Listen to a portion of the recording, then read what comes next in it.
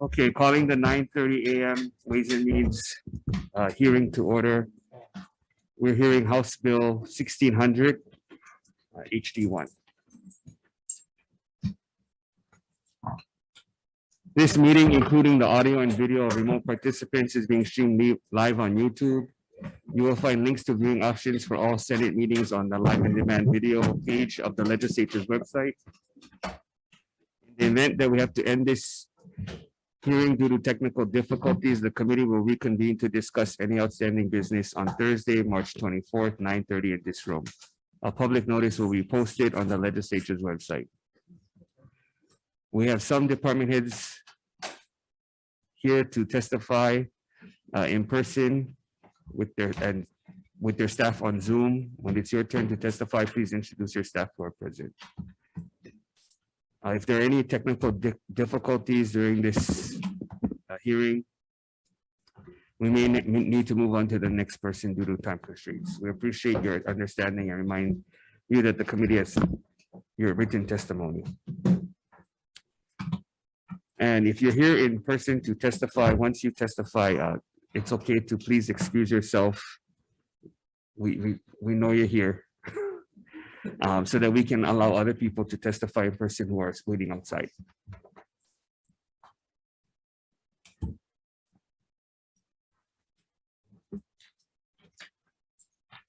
Okay, the Disability and Communication Access Board has requested a sign language interpreter, Ms. Sabina Wilford, who is only available until 10 a.m. So we will ask Executive Director Kirby Shaw to make comments first. So, is Kirby Shaw here? Yes, thank you, Chair. This is Kirby Shaw. And so thank you very much for allowing us to go first. I just want to say the Disability and Communication Access Board supports the bill and would like to see it move forward.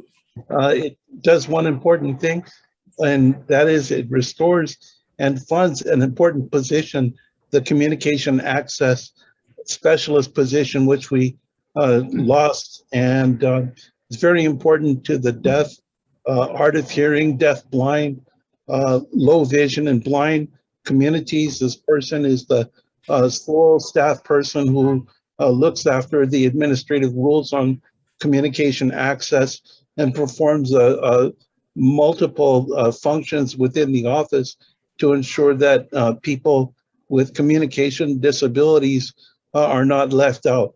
And that is including communication on websites, through documents, emails, and live stream.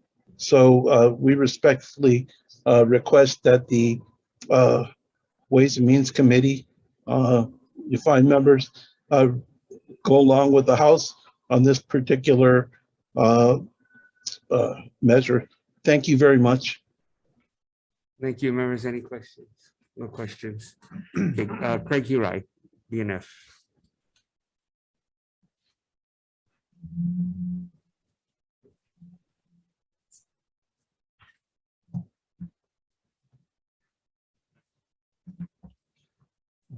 Can you hear me, Chair? Yeah. Thank you for letting me lead off here. I appreciate it.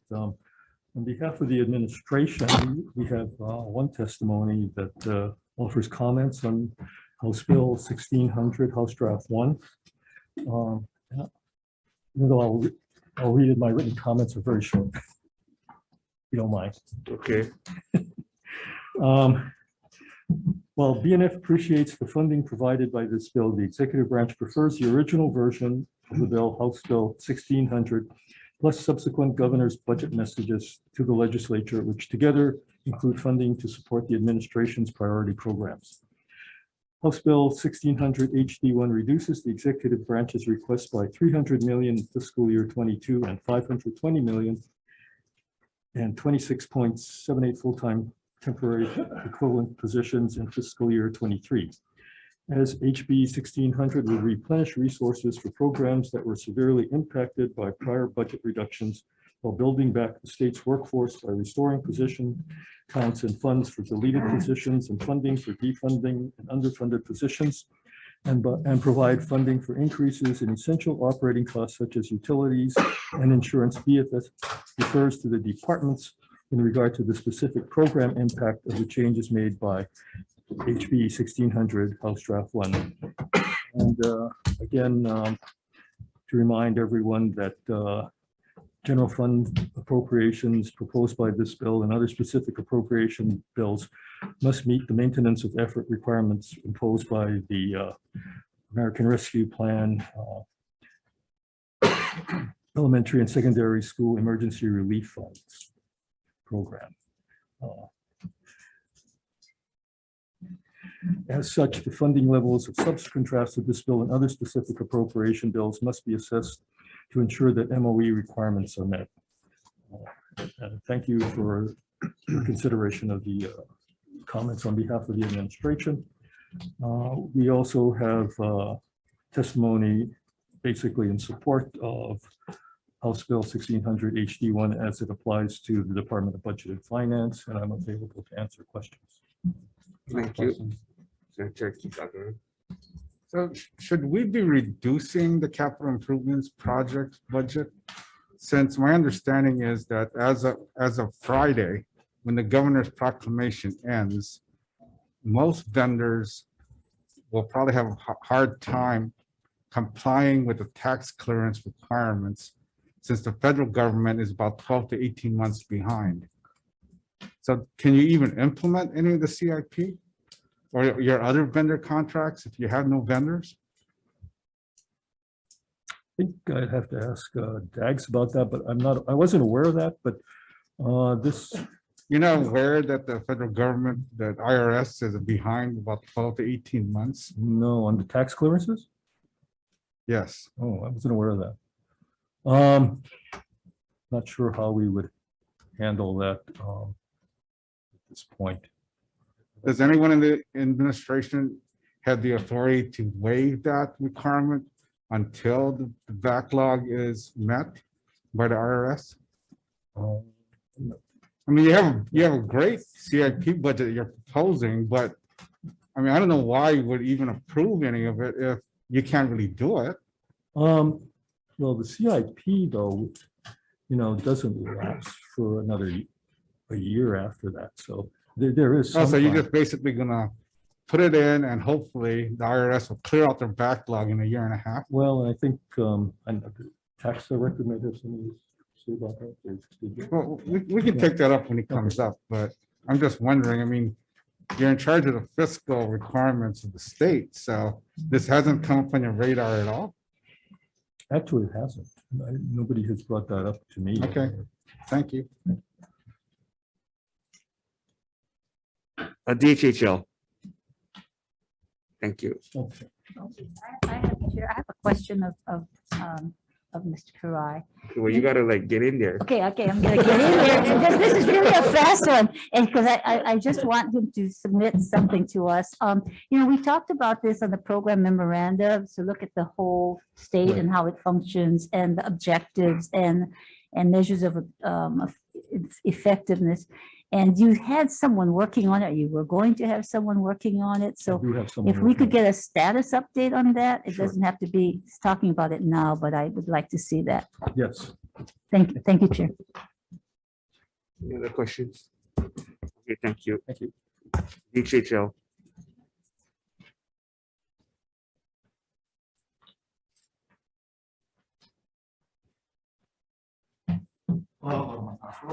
Chair, Vice Chair, members of the committee, stepping to the chairman for the Department of Homelands. Chair, I apologize, this is currently presiding over the monthly Homelands Commission meeting, so it cannot be here.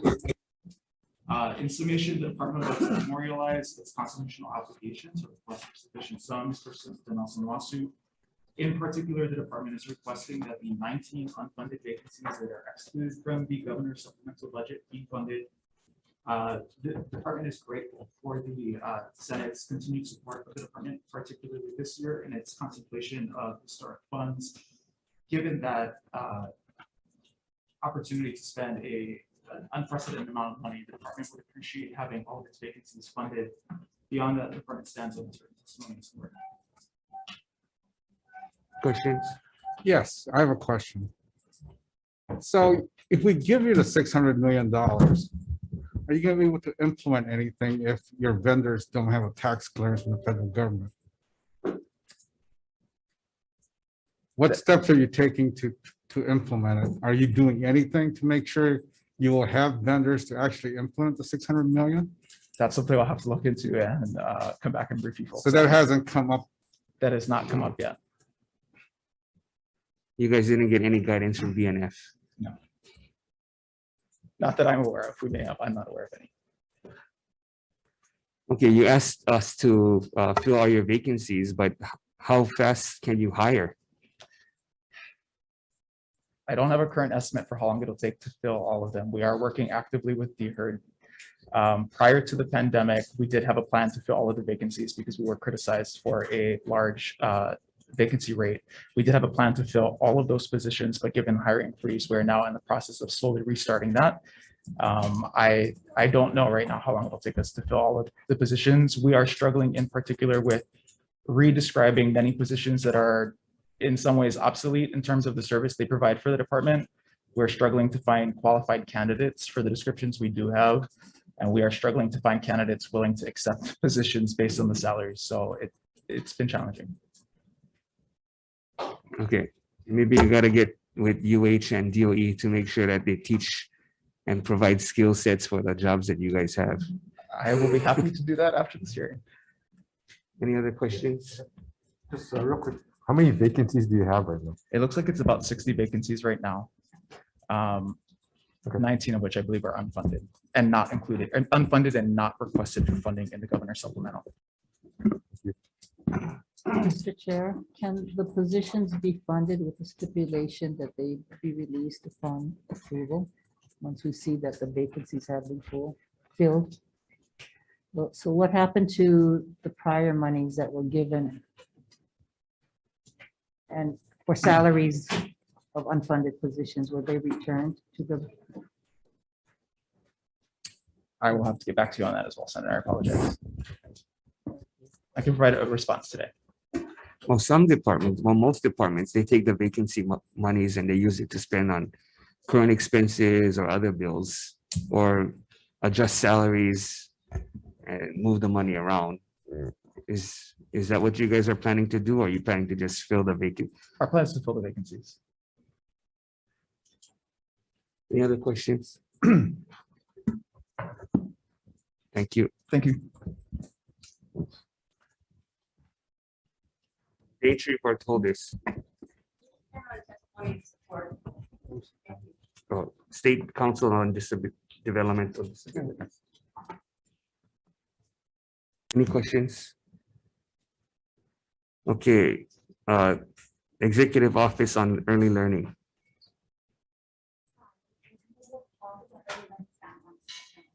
Thank you. Any questions? Thank you. Department of Labor and Industrial Relations.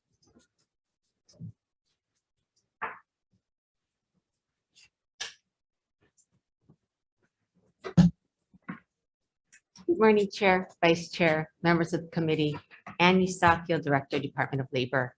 The department stands on its written testimony, but wanted to point out that there are some housekeeping items and matters that we would like to see addressed in this bill. Thank you for allowing me to testify, and I'm available for any questions. Members, any questions? Thank you. Thank you. DBED.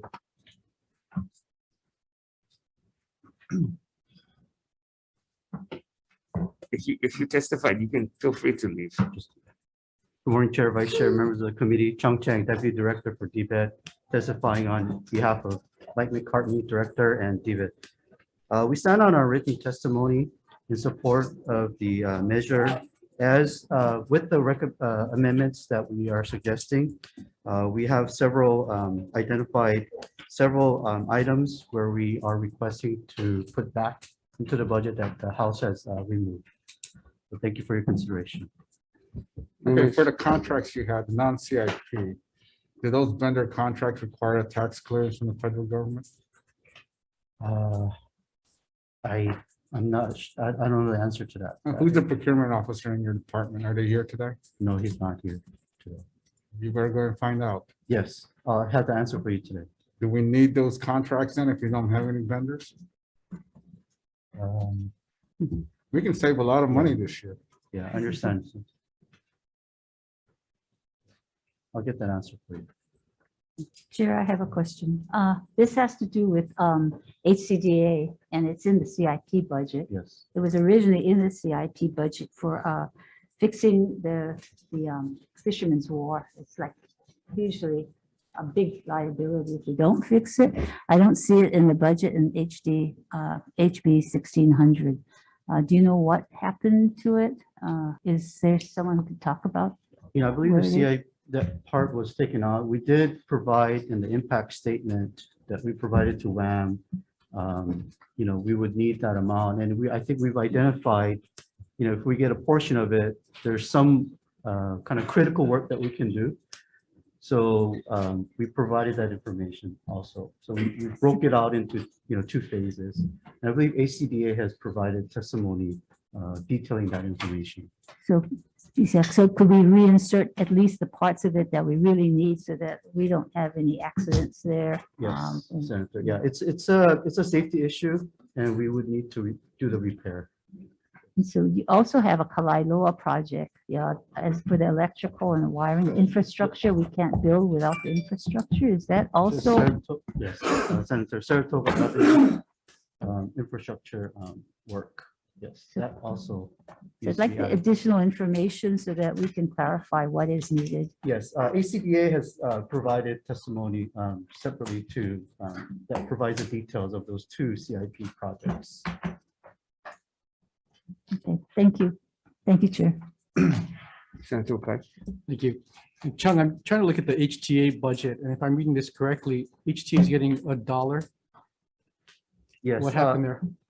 I believe the House Finance Chair just put $1 there to, I think what the statement she made was that she wanted to continue that discussion about HTA's budget. So, yeah, so HTA has really virtually nothing at this point. So if we gave you $2, that's more than the house.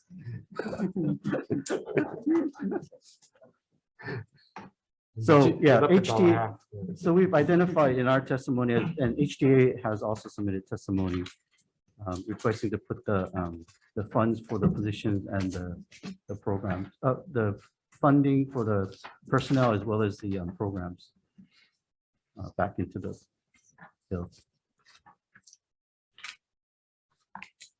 Any other questions or debate?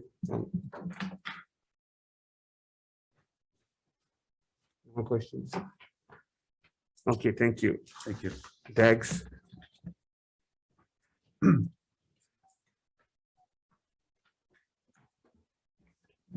Morning. Madam Chair, Vice Chair, members of the committee, Kurt Otaguro, State Comptroller. Department stands on its written testimony.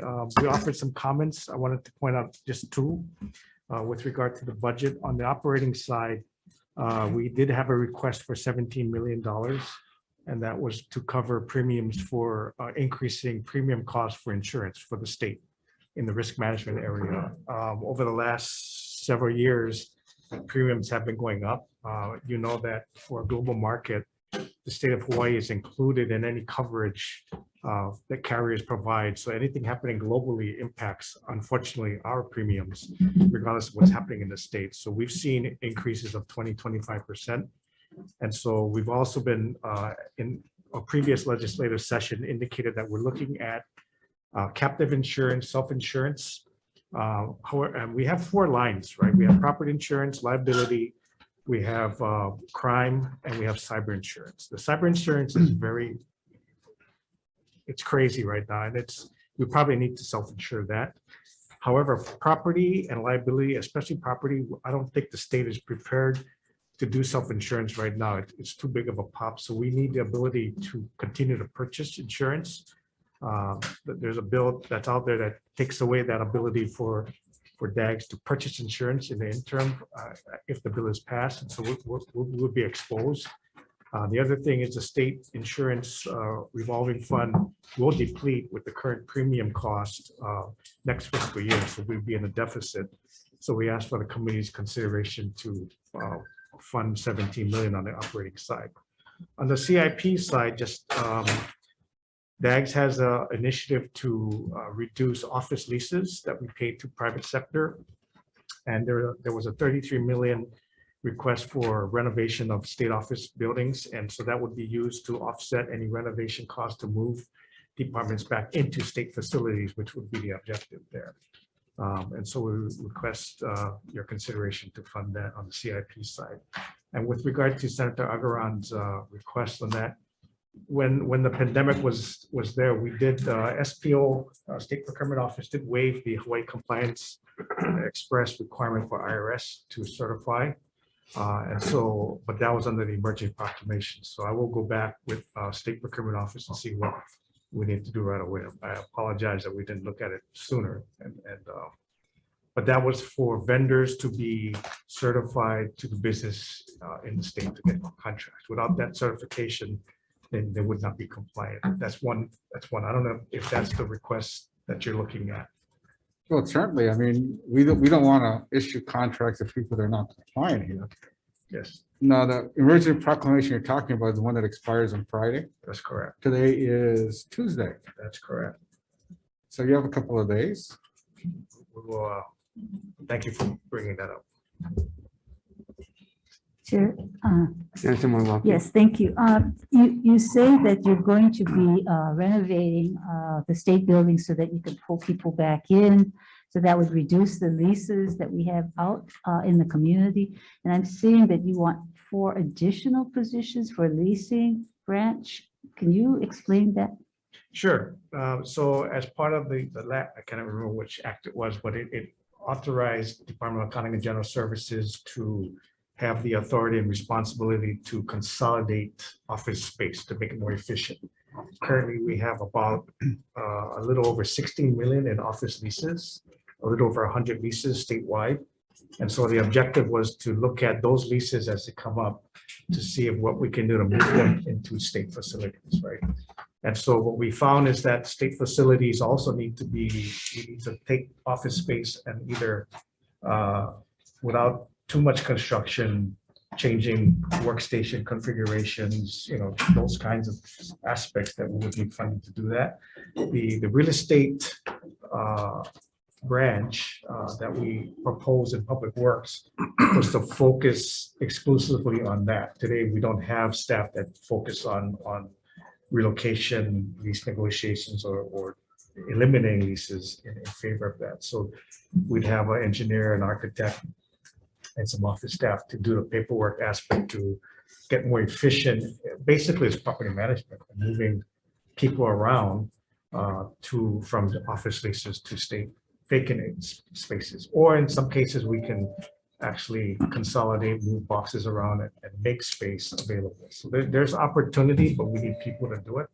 And that was a request for the 4 people. So is the amount of money you're putting into renovations connected closely, I hope, to the work that you're doing, or we're authorized to do to look at reducing the space and with telework and the work that was done in the interim?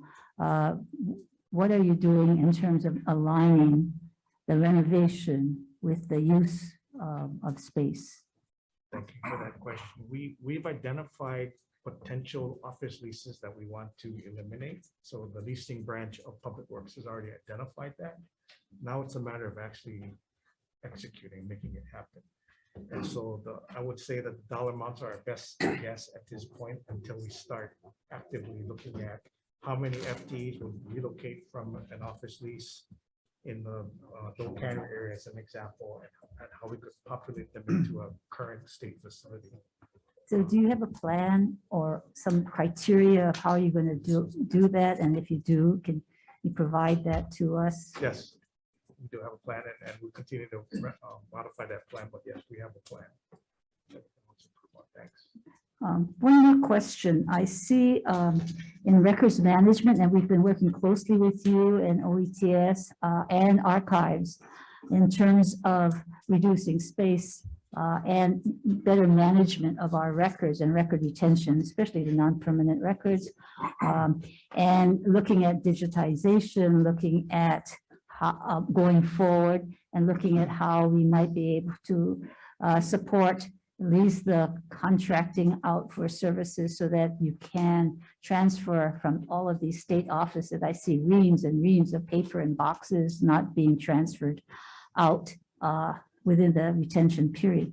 So what are you doing in terms of that? And number two, I see that you have a CIP request for archives, for record management, for capital improvement. And what I understood was that we had this space. It was just a better management of the space and records being transported from people space to Mapunapuna so that there was space available. So can you explain why we have $1 million request for CIP when in fact there is space?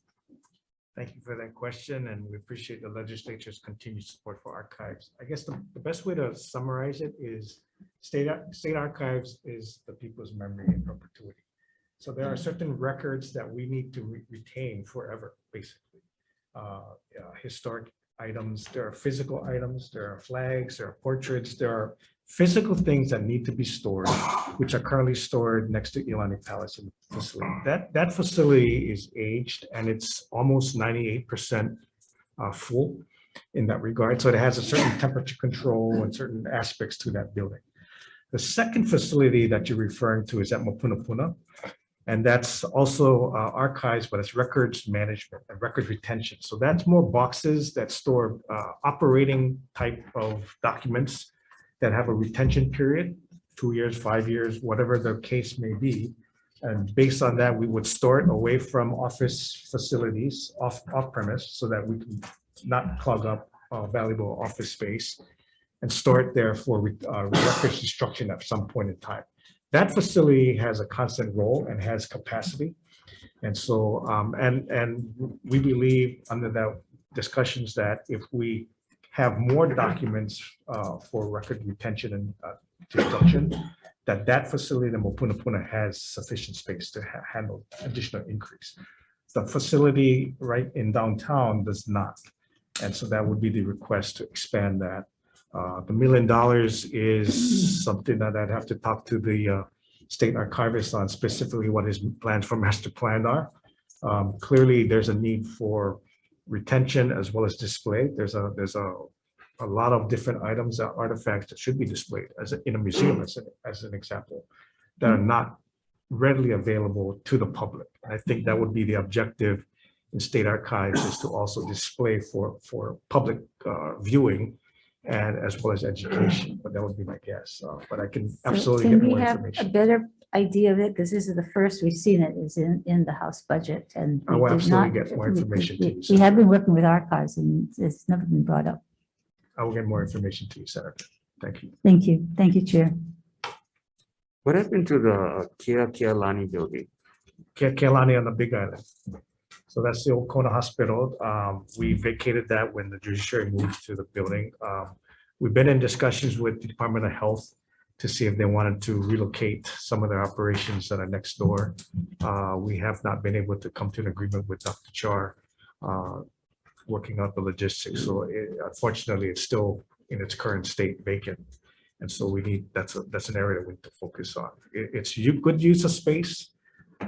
I personally believe that we could relocate some of the operations in the state from Kailua Kona to that facility. It's just a matter of a 15, 20-minute drive or however long, 30 minutes, say, and having the public move from Kona to that facility out there. I think it's doable. We just have to work it through. But that's an opportunity we should focus on. That's space to be used. So we're renting in Kona. We have facilities that are rented in Kona from various agencies. Okay, so if they all move to Kewalo, they could, and that's where the renovation money would come in, right? To move around and make it more conducive to their operation. But yes, that's an opportunity, Senator. So when do you guys think you're gonna have a decision and a plan? We would need to, we need to get on this. I would say within 60 days, we need to have a plan. I mean, we've been sitting on it. We've been talking to various departments to see if they can move. It's not conducive, so we just need to ramp it up a bit, put some focus on it. Okay, so is the better approach for us to just cut the lease monies for those offices in Kona so that they have no option but to move to Keakealani? You know, on the surface, I would say that's the obvious way to get people to move. But operationally, I would say that might be destructive to public service. And so we really need to evaluate what operations are in Kona that and why it has to be physically there versus at Keakealani facility.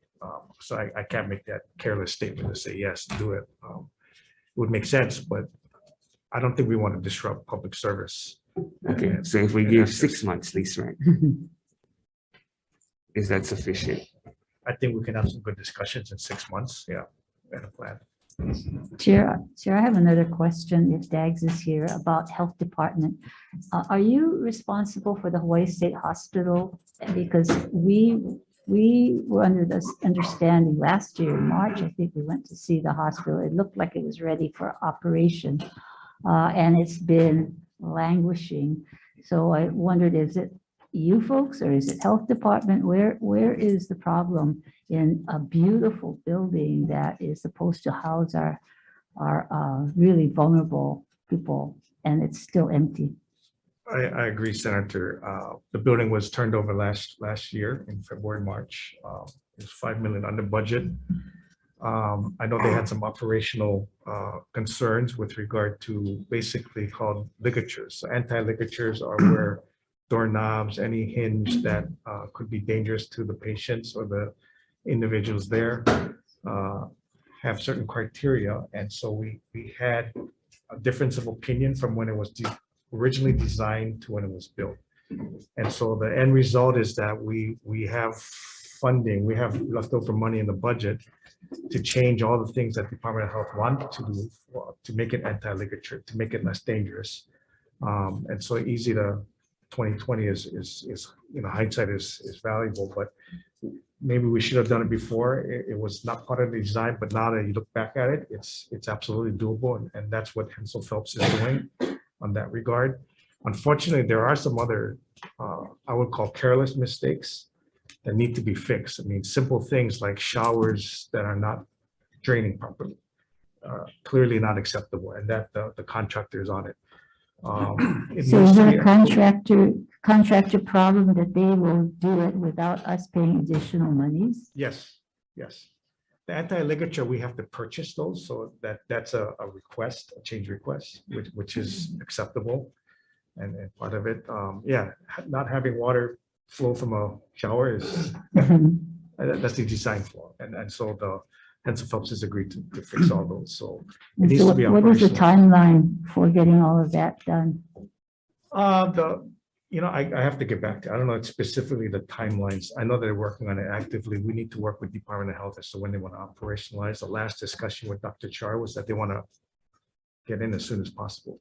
We need people to move in so that we call it operationalization, so we can actually see things in action and fix things. It's a much needed facility, and we really do need it. So Yes. if you can speed up the timeline on that, it's been over a year. Yeah, my understanding is all the issues are being addressed as we speak. So I'll get a timeline to you on that. Thank you. Thank you, Chair. Just a follow-up. So how's the water pressure for the hospital then?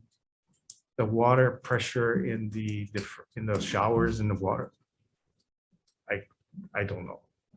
That's a good question. Are you hearing that the water pressure is varied? Well, we'll see when DOH comes up. I mean, they apparently have a CIP request that is not in the governor's budget. It's not in the governor's message, but appears to be something that DAG's worked on based on a study. And it's going to require another, I don't know, I've seen figures anywhere from 4 million to $5 or $6 million to fix. So I just want to know, is that going to hold up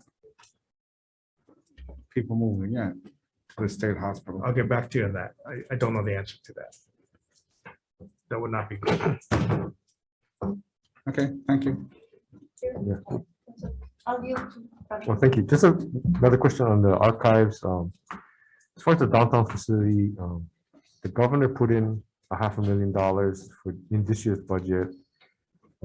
As part, we've been trying to do this for the last couple of years, and so he finally put the $500,000 in. So I believe the 1 million that the House put in is what was recommended initially, but the governor went with $500,000 instead of $1 million. Is that correct? I believe we put in actually less than that, but the legislature has been very supportive of the archives and put in more. Okay, thank you. Thank you, Chair. Just for clarification, we're talking about moving or increasing our capacity for state-owned buildings and getting out of the rentals. Just a question, are you responsible for DOE buildings as well, or DOE does their own? Department of Education handles their own buildings on Oahu. Okay. We help to take care of it on the neighbor islands, but they manage all their facilities. So Neighbor Islands is under you? We take care of them, but DOE would direct us. to do Okay, that. but building maintenance workers are all under DAGs? No, they have their own maintenance individuals, but Oh. on repair and alterations, we would do those kind of work orders, break and fix kind of. All right, thank you. I'll defer my questions later to DOE then. Thank you. Okay, no further questions. Thank you. Thank you. Department of Ag.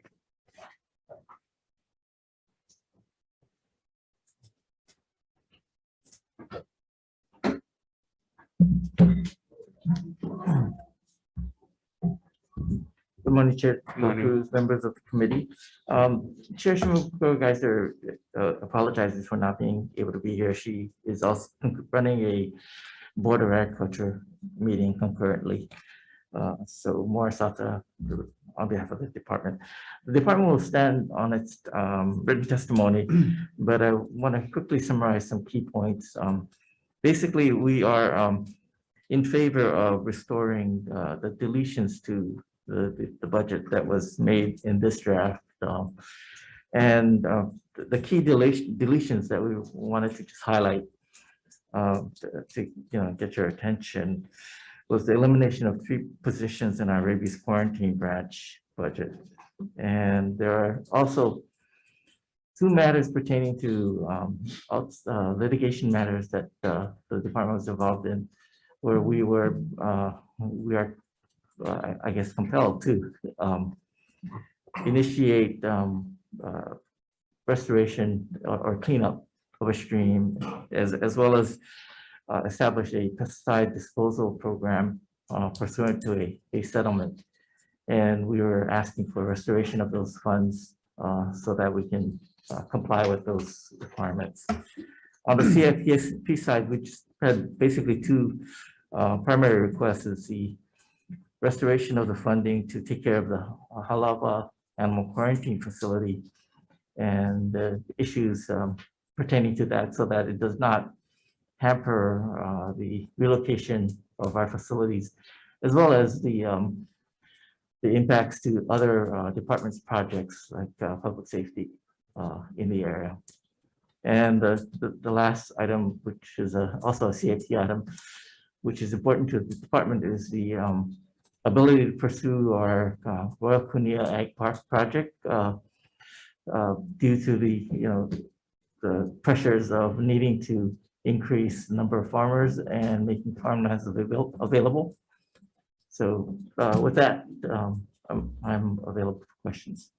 Can either of those 2 projects wait till the next budget cycle if you can't have any vendors doing the work? Excuse me, which, are you talking about the CIP project? Yes.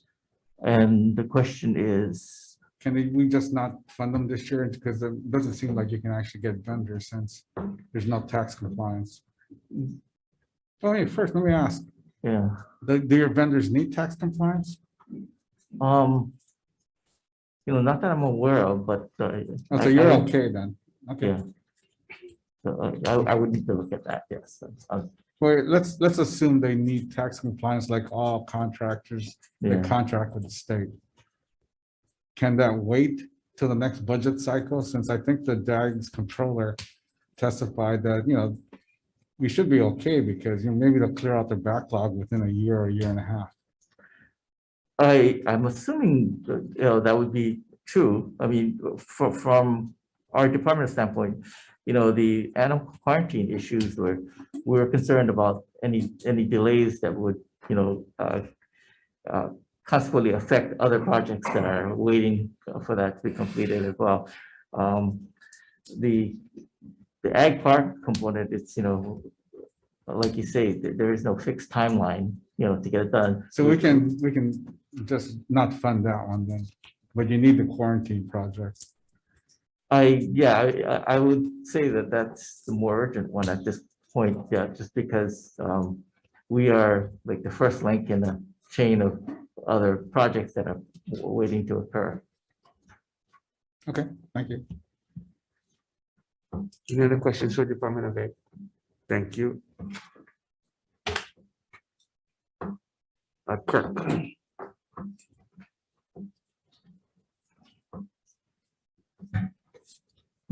Morning.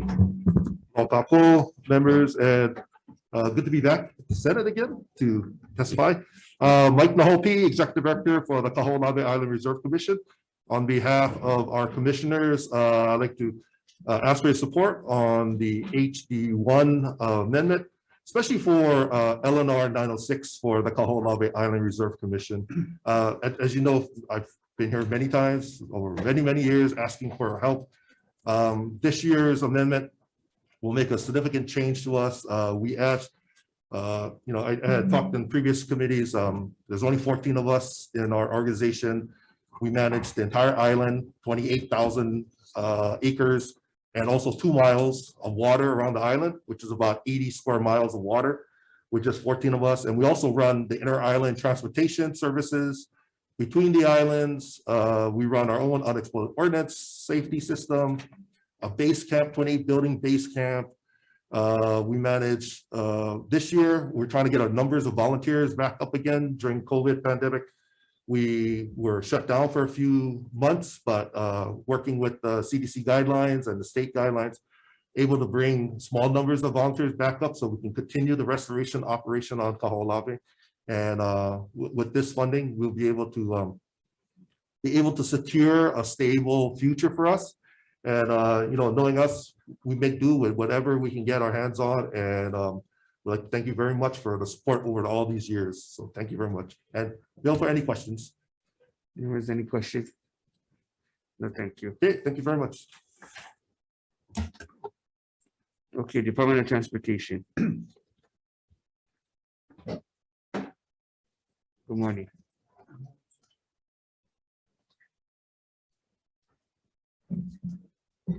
Good morning, Chair Dela Cruz, Vice Chair Keith Agaron, honorable members of the Committee on Ways and Means. I am Patrick McCain, a newly confirmed First Deputy Director of the Department of Transportation. Director Bertai extends his regrets. He is now on Kauai attending a blessing with Deputy of Airports Ross Higashi and the Governor. The blessing was scheduled over a month ago and couldn't be rescheduled.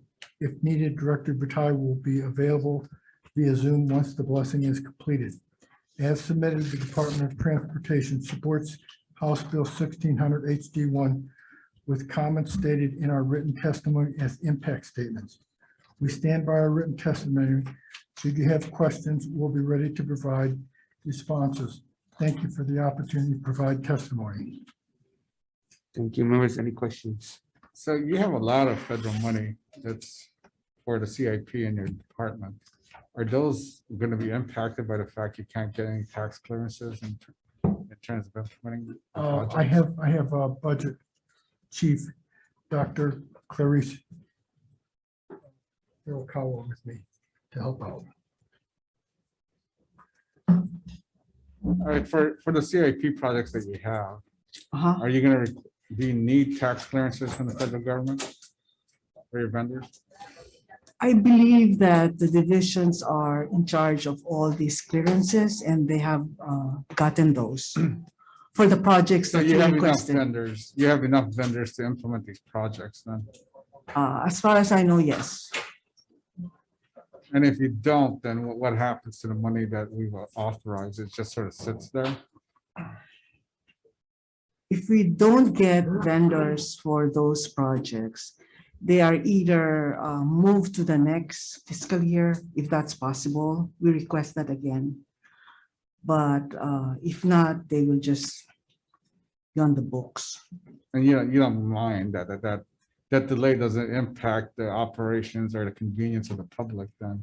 on your Most of facilities? the time, if it actually requires to be contracted at that time, we usually would get a vendor because we have a slew of vendors available in the state. Okay, but if you are requiring federal tax clearances in order to comply to be a certified vendor, and there is no federal clearance because the IRS is 12 to 18 months behind, aren't we better off not funding anything? No, because they have actually, when they request for CIP projects, they actually take into account all these parameters that you have actually identified. So, So they've taken into account the fact that there's a backlog and there are no clearances being issued? So why request a project if you know you can't do it? I don't think they would request a project that they think they cannot do it. They would usually request a project that would have federal clearances already. So you have contractors that you already know you want to give the contract to. So you actually are directing contracts? I thought these were already bid. There are several contractors with federal clearances, so they would bid it out. And the lowest bidder gets the project. Okay, you're assuming they have clearances. We're not assuming, we have to verify that. Okay, So, all right. so I've made notes of your specific concern. No, I mean, it seems like you guys have a list of people that have ongoing clearances, so I guess you guys are fine. I hope the other departments have the same kind of system. Senator Agron, if I may. This is Sure. Ed speaking from Yeah, Hawaii. I'll get to the chair. Yeah, go ahead, go ahead. Sorry, Chair. Yeah. So we've been working with our vendors, our contractors, and they've not expressed any concerns for getting their tax clearances. And we have a bunch of them that already have them that are ready to bid on projects. For us, delaying the projects are just not acceptable. Given the historic funding that we're getting from IIJA, we're going to do whatever we need to make sure that we can push these projects out. Of course, following the state laws. So we don't see any problems at this time. Right, so you're confident you have enough vendors that are in compliance? Okay. Absolutely. Good. You're the only one that's confident about that. Thanks, Senator. Any other questions, DOT? Everybody's potholes filled. Okay, thank you. Thank you, sir. Prosecuting Attorney, City and County of Honolulu.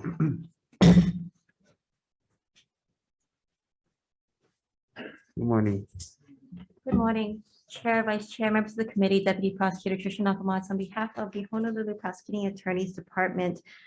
As noted or explained in our written testimony, we are respectfully asking for state funding for our career criminal prosecution program, as well as our victim witness advocates program. Of course, these are state mandated programs, but more importantly, these are crucial programs that the department really would like to maintain at the current level of service, both for victims of crime, as well as just for the community in general who suffers, I suppose, at the hands of what are called career criminals, multiple felony or repeat felony offenders. We typically assign some of our most skilled and experienced deputies to the career criminal prosecution unit to ensure that those cases are handled to the utmost abilities of the department. We will note that these are all warm body positions that we're asking to cover. This is just the difference between the need and the budget or the funding that's already being received from the city as well as federal funds. And we'll, as a last note, the governor's message, GM 7 dated February 23, had asked for funding for these programs as well. But it does appear that that funding was supposed to be statewide, although it technically says City and County of Honolulu. I'll be available for questions if any. Members, Yes, Chair. Okay, regarding the career criminal funding, in the past, like County of Hawaii always had a measure, asking for this similar situation. Now, having said this, your funding request is only for city and county. Okay, what is the amount that you're asking? For our department, the total between the two programs is $1,025,082, including fringe benefits. Are you amenable to asking for increasing the funding for a statewide for Kauai, Maui, and the Big Island? Absolutely. Because it seems like the counties have not been able to, I guess with new administrations, have not submitted their request. That may be true, and we believe some of them did submit testimony for this bill as well, asking for funding for the same program. The 1.635 that was asked for by the governor, we believe would cover statewide, and we would absolutely support all of the counties having these services. $1,635,000. That would be able to carry everybody then. That was the amount submitted by the Attorney General. We believe that would be statewide. Thank you. Thank you, Chair. Isn't it true that some of the counties though have sort of folded in the career criminal money into their own county budgets? Especially during COVID times, I'm sorry, Senator, I can't speak for what the other counties have done. We were able to cover just last year, based with the emergency city funding, the COVID and federal monies, and not filling the victim advocates program intentionally did not fill vacancies. I thought the city's budget went up. You got lots of money. Yeah, I thought the city and county Honolulu's budget increased. Ours has not, apparently, from what I've been told. The council not giving you money.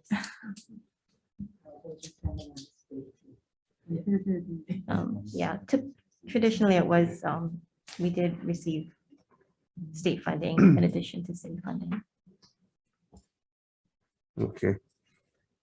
Any other questions? Thank you. Thank you. Hawaii Pacific Health.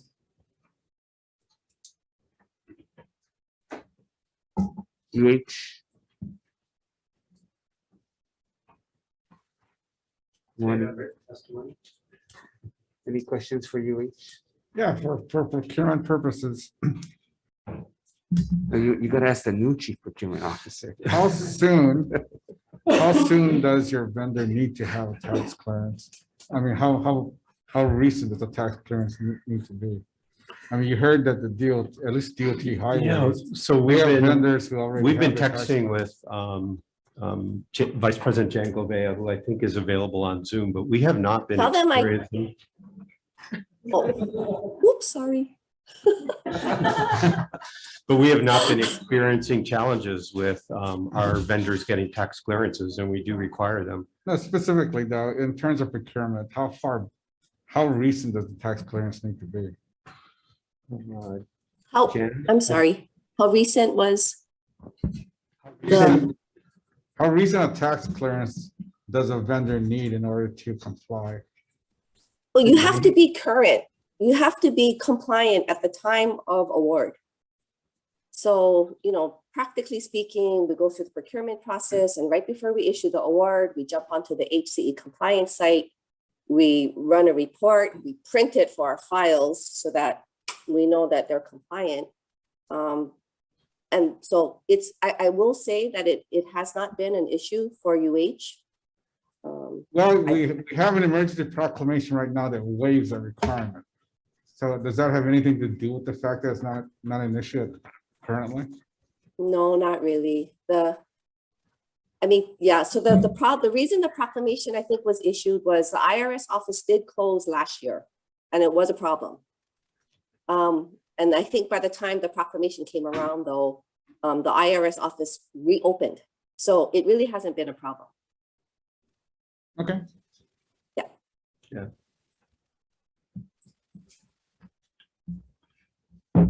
Any other questions?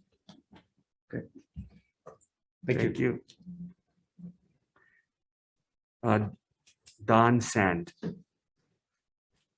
Good morning.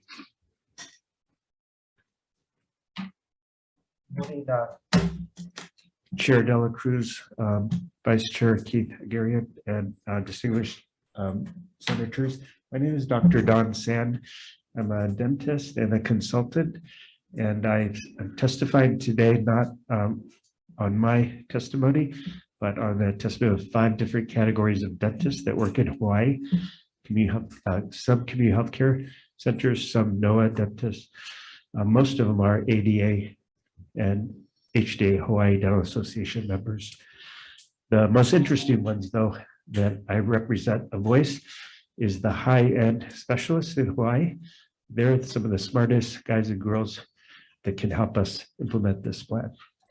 We stand in strong support for, did you want to know which bill? No, this is only reinstate dental Medicaid benefits, HMS 401. Okay. My bad. I'll get better at this. Sorry, Vice or Chair. So we're talking on behalf of 5 people who can implement this plan. And they're all saying, thank you very much on behalf of the advocacy of the clients. Their patients have been able to pay for 12 years. So thank you. All of us stand in strong support of option 2. We stand in opposition of option 1, opposing option 1, because it's inadequate to even start a plan. But we're also even stronger opposing option 3. Option 3, this is a clear plan in 4 categories to make it be able to be implemented. So we stand in strong opposition of that very large number. Excuse me. I can hang out for questions and answers if you're interested. Yeah. Wait, UH. Most of the ads are in bills, not in the budget. So if you don't see it in the Senate budget, it's because we already passed Senate bills with some of those UH ads. Thank you. Any further questions? Any questions for Dr. San? No, but my staff may follow up with you. Oh yeah, thank you very much. I really appreciate it. Thank you on behalf of the dentist and the patients. You guys are going to be proud of this time next year. Thank you. Okay, this might be a dupe, but Michael Ng from UH. No, thank you, Chair, but that was just with UH. Thanks. D Hurd.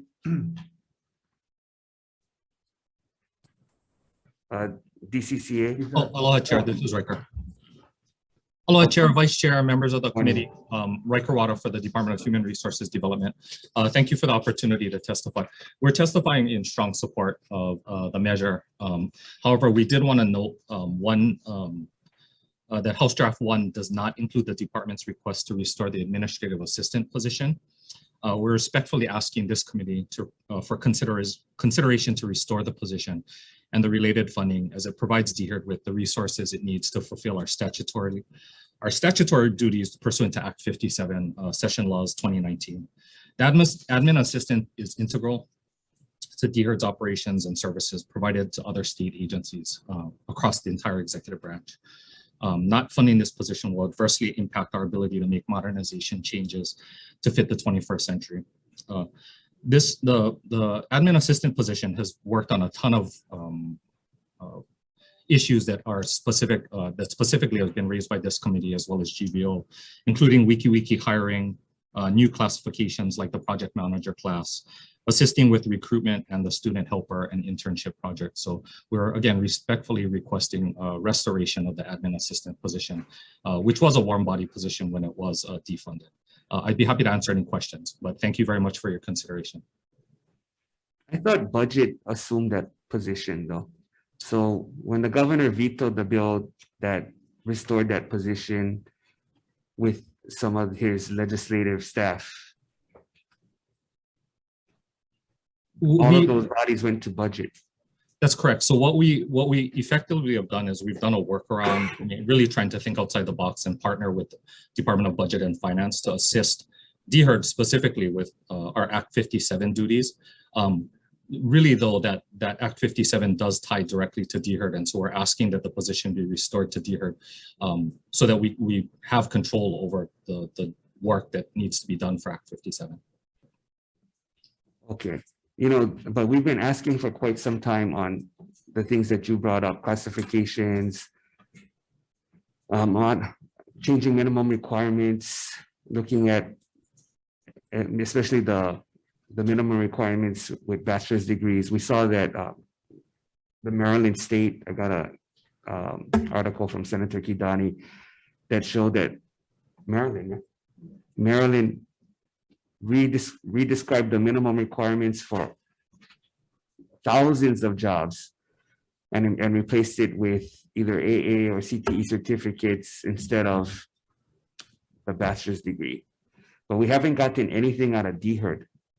Yeah, we're, by the way, thank you to Senator Kidani and yourself for passing on that information. We are researching that now. I've reached out to our national partners, including Maryland, to try and get information. I have no information right now as to what Maryland's civil service structure looks like, if they're a unionized state or not. And so we're reaching out. But yeah, that the administrative assistant position is critical to working on a bunch of those projects. Yeah, but they're already a state employee. I understand, Chair. And again, we're just trying to restore them to the department that they're supposed to be tied to via Act 57. Okay, I think it would help if we saw progress on some of those things first. Okay, thank you, Chair. We'll try and provide as much information there as we can. I have a question. Thank you, Riker. With the pandemic hopefully coming to a close, and the amount of state employees that were working, doing telework, working at home, etc., is the department pursuing new strategies, etc., on how we can continue teleworking for some of our employees?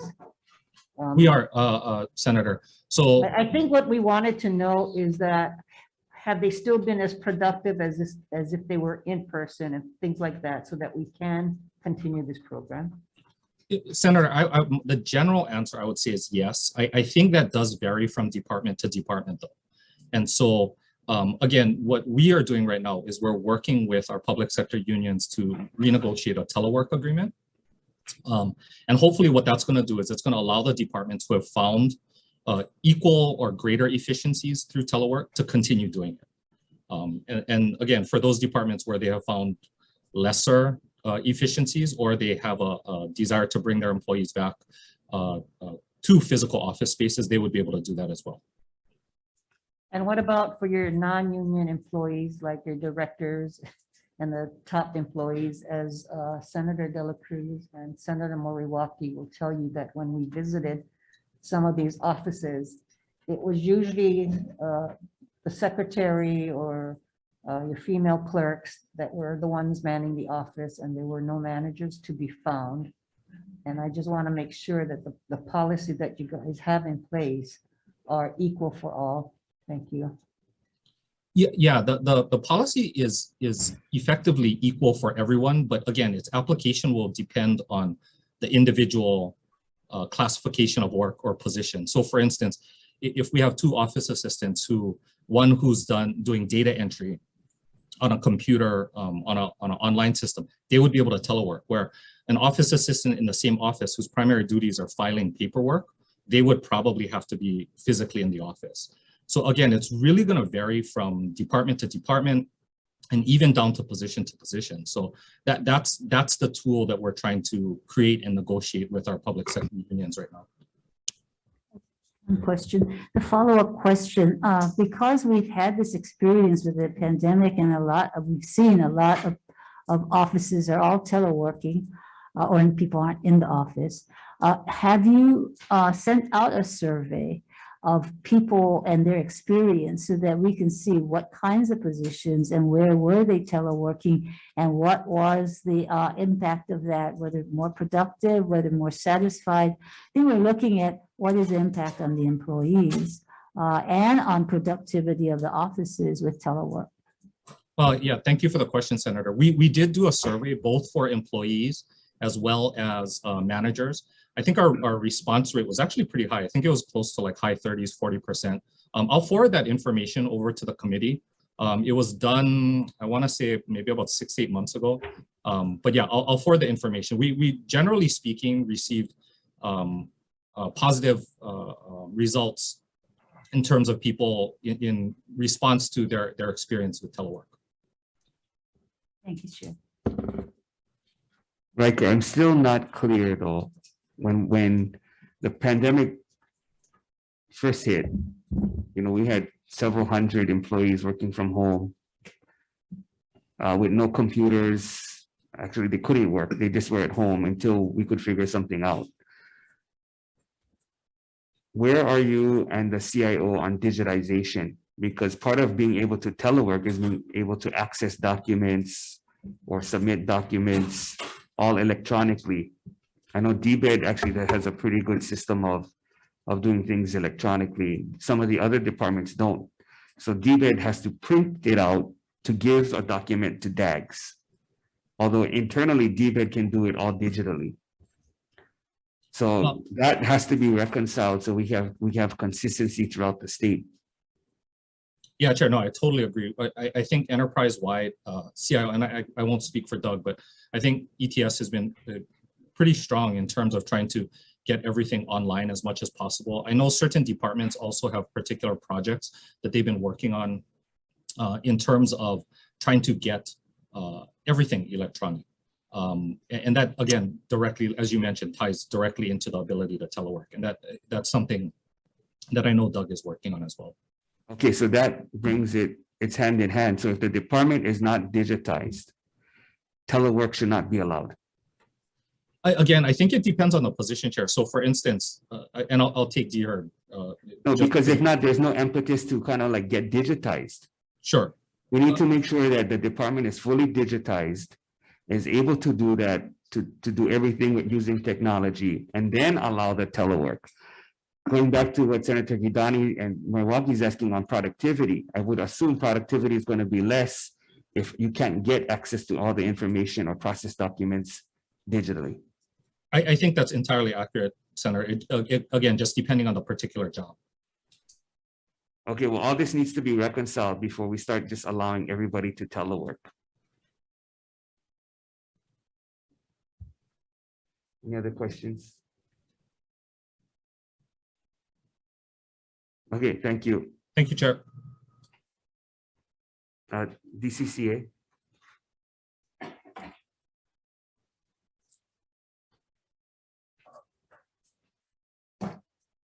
Kat Al-Kunikolon on behalf of DCCA. The department stands on its written testimony supporting the measure. We did note one item with respect to Governor's message number 11 for the Public Utilities Commission.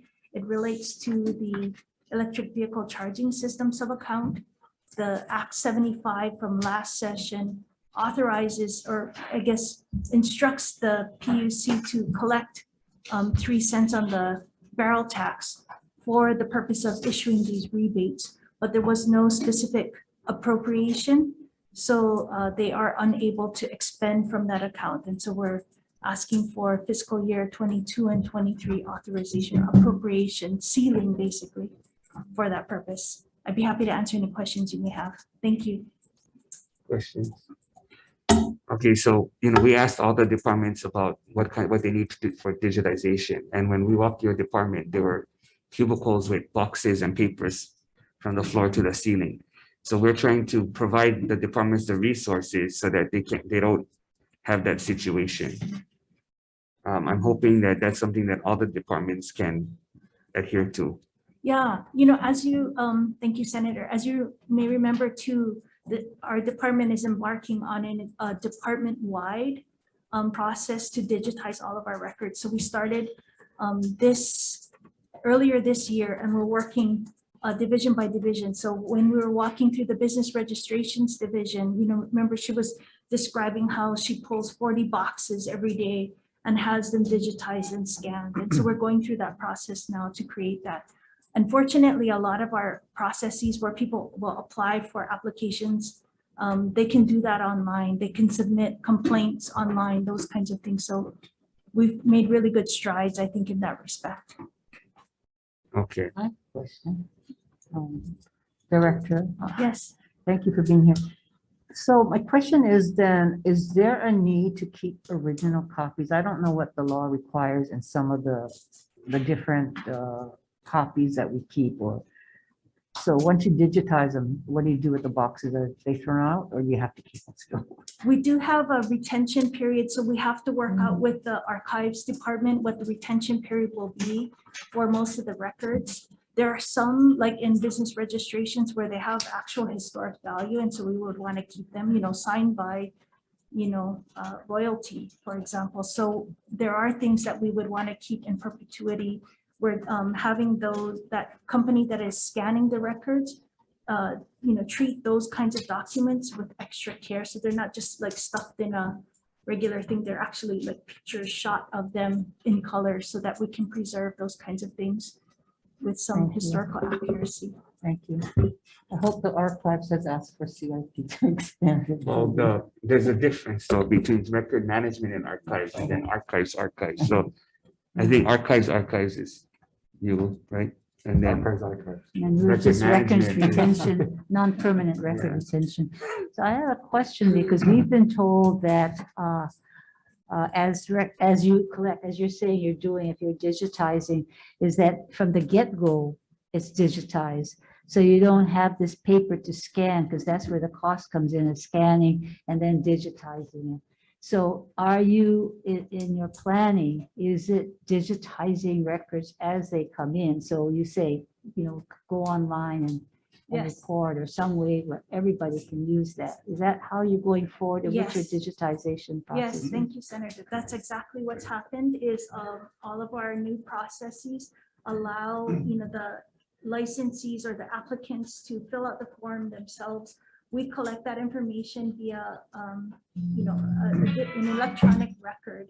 And what we're doing is now taking the old stuff, you know, like you were talking about, you know, those old banker's boxes just full of documents that, you know, we want to retain in some form, and be able to kind of share and provide as needed, digitize those so that we don't have to have the, you know, take up the physical space, just, you know, housing those documents. So just to clarify, so once it's digitized, you're not keeping both that and your digitized copy. You're not getting anything in paper.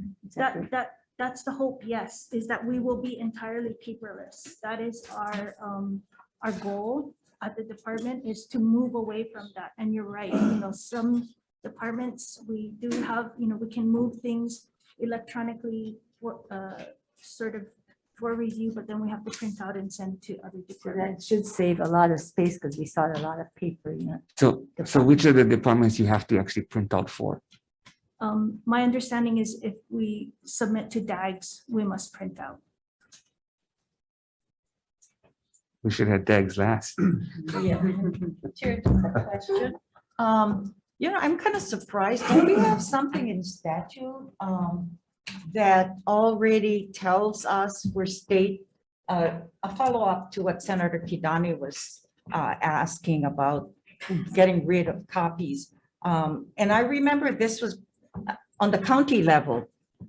We've had that problem, but we had a law that takes care of, after you do all of that, you can keep it for 7 years and then 5 years, 7 years, 10 years, however, certain things they want us to retain, you know, for much longer. Yeah, So but not everybody does it. That's the problem. Is so that they'll end up storing it in their own cubicle or office. To know that even when I went through DLNR as well, all of these boxes that's in all the different agencies. Okay, thank you, Chair. Yeah. Interesting. Okay, thank you. Public safety. Good morning, Chair, Vice Chair, Committee members, Max Latani, Department of Public Safety. The department has submitted our written testimony and our impact statements, and would like to stand our written testimony. We would, however, like to highlight our need to fund our clinical psychologists' salary shortfalls, deputy sheriff positions for the Big Island, and our CIP projects specifically are two top priority projects. Thank you for this opportunity to testify. Available for any questions you may have. Thank you. Questions for public safety? Yes, Chair. Yeah, Okay, Senator Navi. Max, so the 4 positions for your deputy sheriff, where is it going to be? Is it split between Hilo and Kona and Yeah, it's- Waimea, or where? It's Third Circuit Kona. So all the positions for Kona? Yes. Okay, thanks. Yeah, I understand that I think you did have some retirements as well. Thank you. Any other questions? Okay, if not, thank you. Office of Planning and Sustainable Development. Oh, unmute. Oops. Oh, I'm unmuted. Okay, go ahead. Thank you. We stand on our testimony. We prefer the HD1 because it gives us some positions for our sustainability branch. And we would humbly ask that with the funding be restored for our Secretary 3 in the Land Use Division so we can timely file our Land Use Commission statements and positions. And we also ask for funding for the GIS program, for the ESRI Advantage program. This is a GIS program that will benefit all state departments under our enterprise license. So thank you very much. Members, any questions? Thank you. Office of Aging.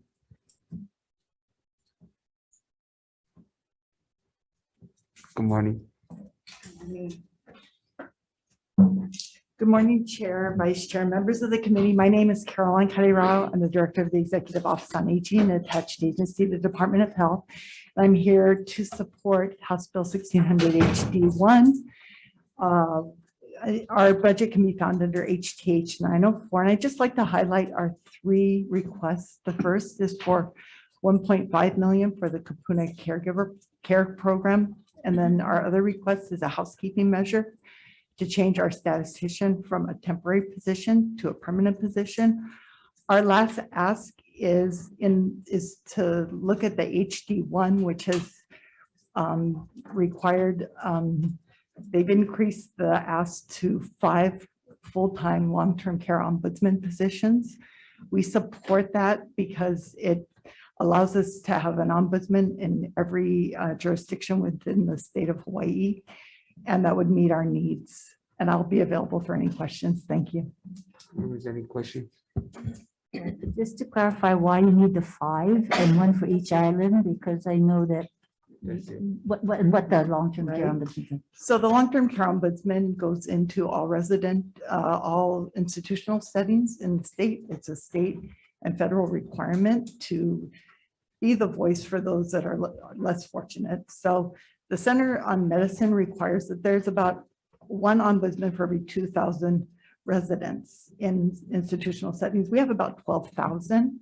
So that would require us to have 6 ombudsmen. Because we're an island state, it makes sense to have a local ombudsman in every county.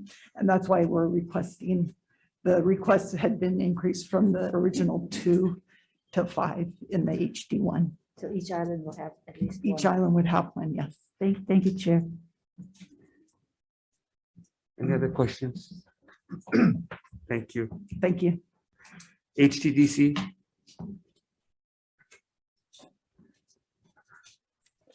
Chair, I apologize. Lynn had to step out for a different meeting. I'm Gwen Yamamoto with HJA, but on behalf of HTDC, we stand on our written testimony in support. Thank you. Thank you. Office of Enterprise Technology Services.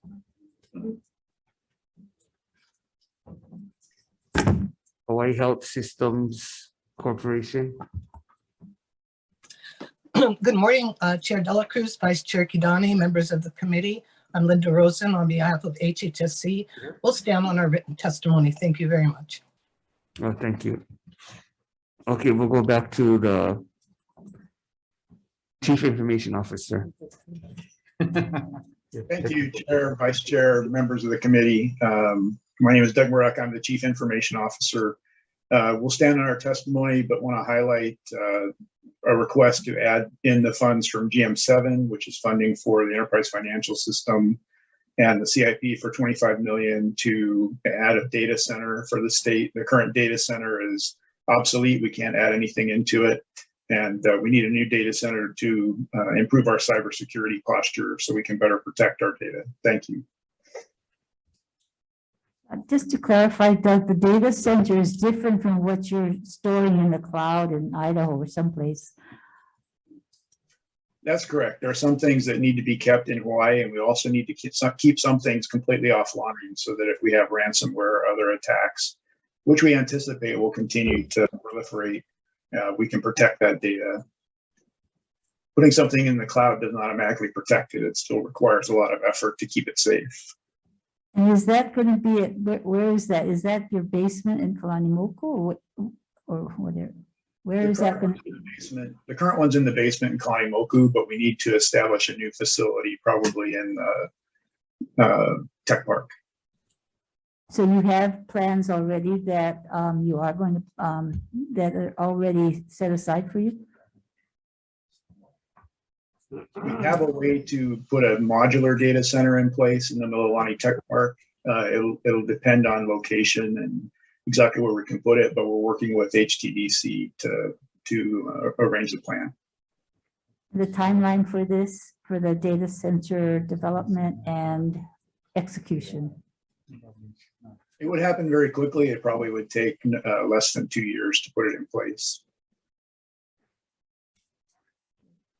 And you have all of your positions, you had asked for positions, but I know that you were having problems filling the vacancies. Are all the vacancies filled, or what vacancies are left in your positions? I think almost all the vacancies we have permission to fill are filled, and we're still working through the process on some others. Okay. Thank you, Chair. Okay. Attorney General. Good morning. I'm Deputy Attorney General Randall Nishiyama of the Department of the Attorney General. We have provided you our written comments and I am available for your questions. Thank you. I have a question then. Does anyone in the state government have authority to waive the IRS tax compliance for vendors with regard to CIP or other contracts? I don't know that, and I will find out and get back to you. Thank you. It's rare that he doesn't know something. How come you don't know, Randall? You're supposed to know everything. I'm a little bit surprised. I mean, you usually have an answer. Yeah. Your first one in like 50 years. No, thank you. Okay, State Foundation and on Culture and Arts. Aloha, Chair Dela Cruz and members of the committee. State Foundation supports the budget bill, yet HD1 omits one position request we believe will make a positive impact in the community and the visitor industry at no additional cost to the state, as that position is funded through appropriated federal and special funds. So thank you for considering including that position in the budget. Mahalo. Thank you. Any questions? Department of Education.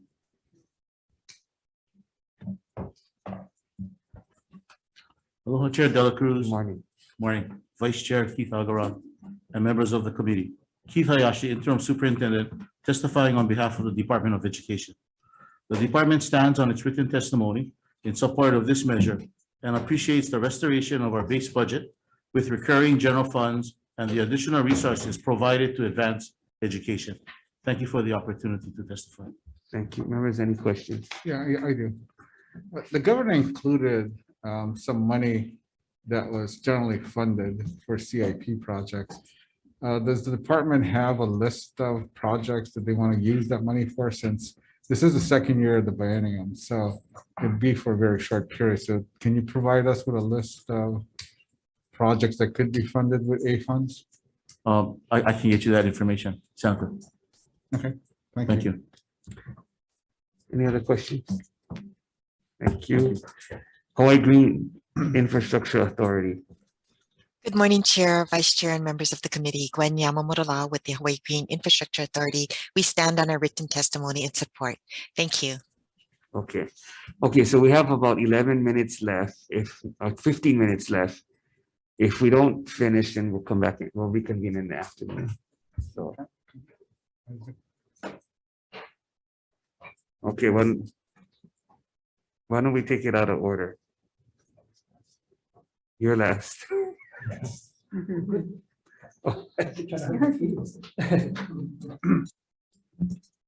Thank you, Chair, Vice Chair, committee members, Isaac Choi, Department of Taxation. We have some concerns about HD1. 7 of my positions was not funded. I realized that That's because you're popular over there. that too, but I realized the criticism was that we weren't filling our positions. I did put a vacancy priority list to you out of the 50 positions that are funded. I think we're doing a damn good job. As you know, the hiring restrictions was just lifted in September and October, and every single one of those positions has some kind of action on it, including supplemental requests. I just thought of, if you have any internship money, I would take that because that's very successful in our program. We're also asking for a ceiling increase of about $1.5 million for our SCS funds. As you know, that generated over $31 million in additional monies on our short-term vacation rentals. I think that's really good money spent. We're expanding our definition. There's a bill in there to expand our definition of special enforcements, and we'll be very aggressive in that. We do have a huge audit project that just came up. It's the QTAM case. That is public, so you can read that online. I think that particular case, because of the dollar amounts, we may need some extra help in that particular case. It's going to require maybe 3 years of work. And finally, just to clean up the budget, we are taking out 35 temporary positions that we no longer need, and we've listed that in our testimony. And you can ask me about tax clearances. Well, if I could, I think the DOH mentioned Hawaii Compliance Express, which is sort of the clearinghouse that SPO is set up, right? Right. But how up to date is that really? I mean, it sort of has to rely on the agencies providing the information, Right. including the IRS, right? So let me just back up and take off my director's hat, my CPA hat back on. Tax clearances is for a purpose. And to answer your question, it is it's up to date, especially on the GE tax we file monthly. But the reason for tax clearances were twofold. One to get the job, right? You got to put a tax clearance to get a job for the contract. But more importantly, our tax clearances is for submittals to get paid. You know, when you submit every month, you got to put a tax clearance every single month. And the purpose of that is every time you get a tax clearance, the mechanics liens gets lessened. So I would think the paying part is more important. As far as the question is there a mechanism to waive the federal requirement for tax clearance? Yes, I have done that since I was here. There is a mechanism in place in my office that if you need a tax clearance and the feds are behind, and they are because I did ask them so many times, hey, how come, right? But you can imagine all the construction contractors to submit submittal for payment on a monthly basis. You can imagine the volume of tax clearances that we have to issue, because for one construction firm, you have to do it like 12 times, right? Okay, so we do have a mechanism in place that if the federal clearance is not, up to date, that I have the authority to waive that under statute, and I have done that. Okay, now, don't get me wrong now. I don't just waive the federal requirement just willy-nilly. As you know, you've provided us with a very, very expensive computer system. We can peek at the federal data. We can, and we do. We make sure that, if I'm going to waive the federal portion, that we peek and we make sure that, they're pretty much or completely. You comply with basically the could federal look to see if the return has actually been submitted. Yeah, And we it's can. still being processed. Right? Yes, yes. So on the federal side, they may be a little bit late, but we do have the information in our department to look at the federal data and look, and we do, before I waive any federal requirement, we do have a regimen that we go through, and I have done that. Now, the problem is, although I did issue waivers on the other side, people accepting the waivers may not accept my waivers. I have nothing, I have no control over that. So the other departments, basically, so let's say a contract is for a school building. And let's say DAGS is implementing that, they wouldn't accept your waiver. Right, exactly. Yeah, but I don't, maybe they don't understand the due diligence that I do to waive the federal requirement. They don't understand the process. They may think that I just do willy-nilly, which I don't. So there is a solution that can be done as long as the departments all understand that a waiver from Department of Taxation has been, duly considered and is based on good information. Right, there's a process behind it. So some of it is communication with the other departments, but the other departments aren't even sure they need a tax clearance for their vendors, so. Yeah, I think that listening to the discussion, there seems to be miscommunication between getting the contract and of course the monthly payments. Maybe you guys can clear this up in cabinet meeting, Absolutely. which would probably be more appropriate than this committee hearing. Yes, Chair, we'll invite you to participate. It does affect whether or not we have a CIP. No, but I mean. No, I understand. Okay, that's all I got to say. Yeah, but if ever, I would think the departments would have to allow the vice chair to have some confidence that they know what they're doing in this regard before he agrees to any of their CIP requests. Yeah, So, yeah, the vice chair is a pretty handsome guy. I consult with him all the time. I cut my hair just for you. okay, Department of Health.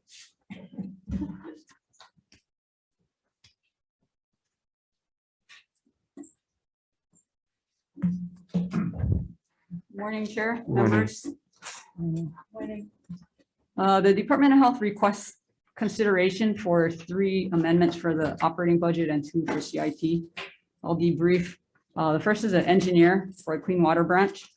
That position is filled, it just is not funded, and that is the sole engineer, and that position is needed to fulfill Chapter 342D. This is comments off the HD one. Correct, I'm sorry. Yes. Because we have to provide that state match for the $2 million in federal funds that we get. So we request funding for that position. The second is a rules writer. There are 120 chapters of rules in Department of Health. And we know that a lot of them are very outdated, but we just have had competing priorities and lack of staff. That would help greatly to be able to amend rules and get rules written. The third is a climate change specialist. There's a lot of talk now about climate change. There is nobody who is focused on the impact on human health. So this one person would be paying attention to the public health effects on things like, emerging infectious diseases, vector-borne diseases like dengue fever, things like that, heat changes. So really 3 very, very key positions. And then 2 CIP requests. One is for funding to help close the landfill at Kalaupapa. Some funding was provided, but it's only about half the funding. So we would need an addition, it's 3.5 mil. We would need an additional 4.3 million. So we need a total of 7.8 million to close that landfill. The reason this can't be done piecemeal is that it would involve just the logistics. It would involve a barge and heavy equipment on a barge getting shipped over there and then working on it for several weeks. So we asked for the remainder of the funding because this is a mandate that we close this landfill, and we're pretty far out beyond that mandate. And then the second one is a fire suppression system for Hawaii State Hospital. This is not just fire suppression for the new building. This is for the entire campus. And the new building has sprinklers in it. But what we're finding is that there won't be enough flow and pressure for the rest of the campus. And I don't believe there are sprinklers on the lower portion of the campus. So we asked that we get some consideration for funding for that project to be able to remedy that. Thank you. So for that last project, how much? Because we've seen different figures coming from DAGs as far as the report they did. The controller wasn't even aware of the project, so. So we have been working, we got one figure, and then the most recent figure we have from them is 5.3 million. Okay, you're satisfied that would do it? Yes. Are you gonna be requesting a governor's message to have this sent out formally, or are you just making a request here today? May I bring up Director Suji? She's more familiar with the specifics. Yeah, sure.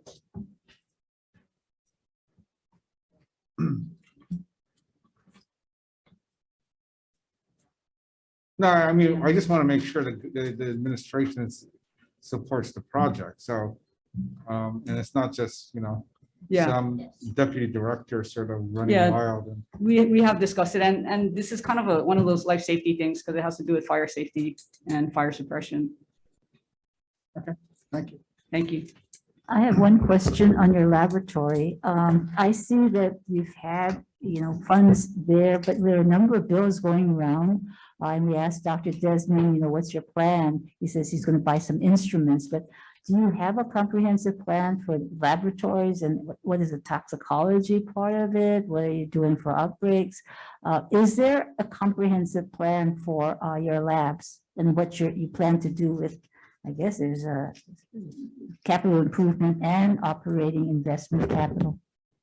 So I would ask Dr. Desmond if he's on to provide more specifics, but I was listening to the testimony the other day, and I think there's a little bit of confusion. So with regards to the state lab, there are several, I think people kind of think of a lab that can do everything, and they're very distinct entities for labs.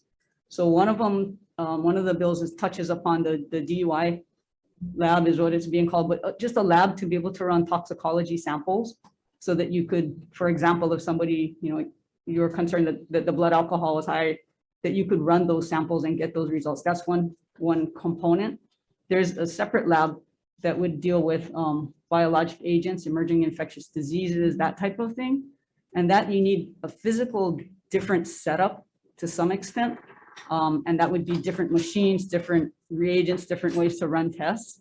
And then third would be more of the chemistry side of things, like for, say you had Red Hill water samples or something like that.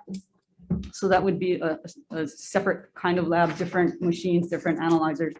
And so I think there was a little bit of confusion when I was listening to him testify, because it sounds like it's just a lab and you can do anything you want in there, but they're actually very different components. And so I think that's where some of it comes from. Can we get a plan, sort of like, are there different structures? Are there different facilities? What is that? Because it seems like it's coming from different places and we don't know what we're paying for, except it's a lab. Yeah, sure. I'll get back to you with that. But it would be what your capacity is and what is in the private sector labs and what you folks do. Yes. It would be helpful to see that. Thank you. Thank you, Chair. Thank you. Thank you. Public Housing Authority. Aloha, Chair, Vice Chair, members of the committee. We stand on our testimony and support requesting an amendment for the CIP. Thank you very much. Thank you. HCDA.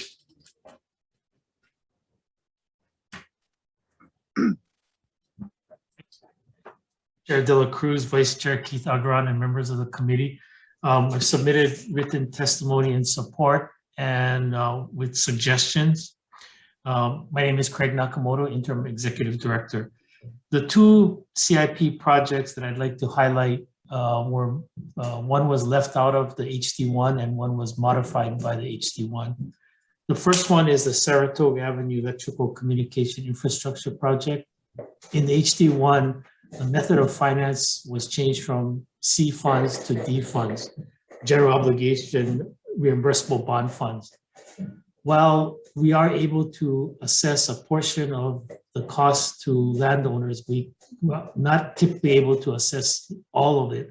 And the project itself, while important to the further development of the district, is not itself revenue producing. So we would ask that the method of financing be changed to C funds. The project is important for further economic development and development within the Kalailo district because the Navy grid and the not accepting new hookups, to the system. Second CIP project that I'd like to highlight on, I know is one that is also an important one, but is also comes with a hefty price tag. At full funding, of course, we'd like full funding for the project, which is 25 million to repair the bulkhead at the Fisherman's Wharf. But there's a reluctance to fund 25 million. We would be willing to accept 15 million to do this. It is important to get this project done because of the public safety concerns with this. The need for the repair was first identified in 2012. The last time we assessed this was the condition was in 2017. If we defer and delay this repair, further deterioration to the piles and pile caps could occur. And also the cost for this project could escalate even further. Could result in some liability and claims for the state. Like I said, if we can get 15 million for this, we can take this project, try to complete the worst part of the pier first, fix that, and then maybe even try to look at, do our due diligence and see if there's other more cost-effective ways of repairing the rest of the pier.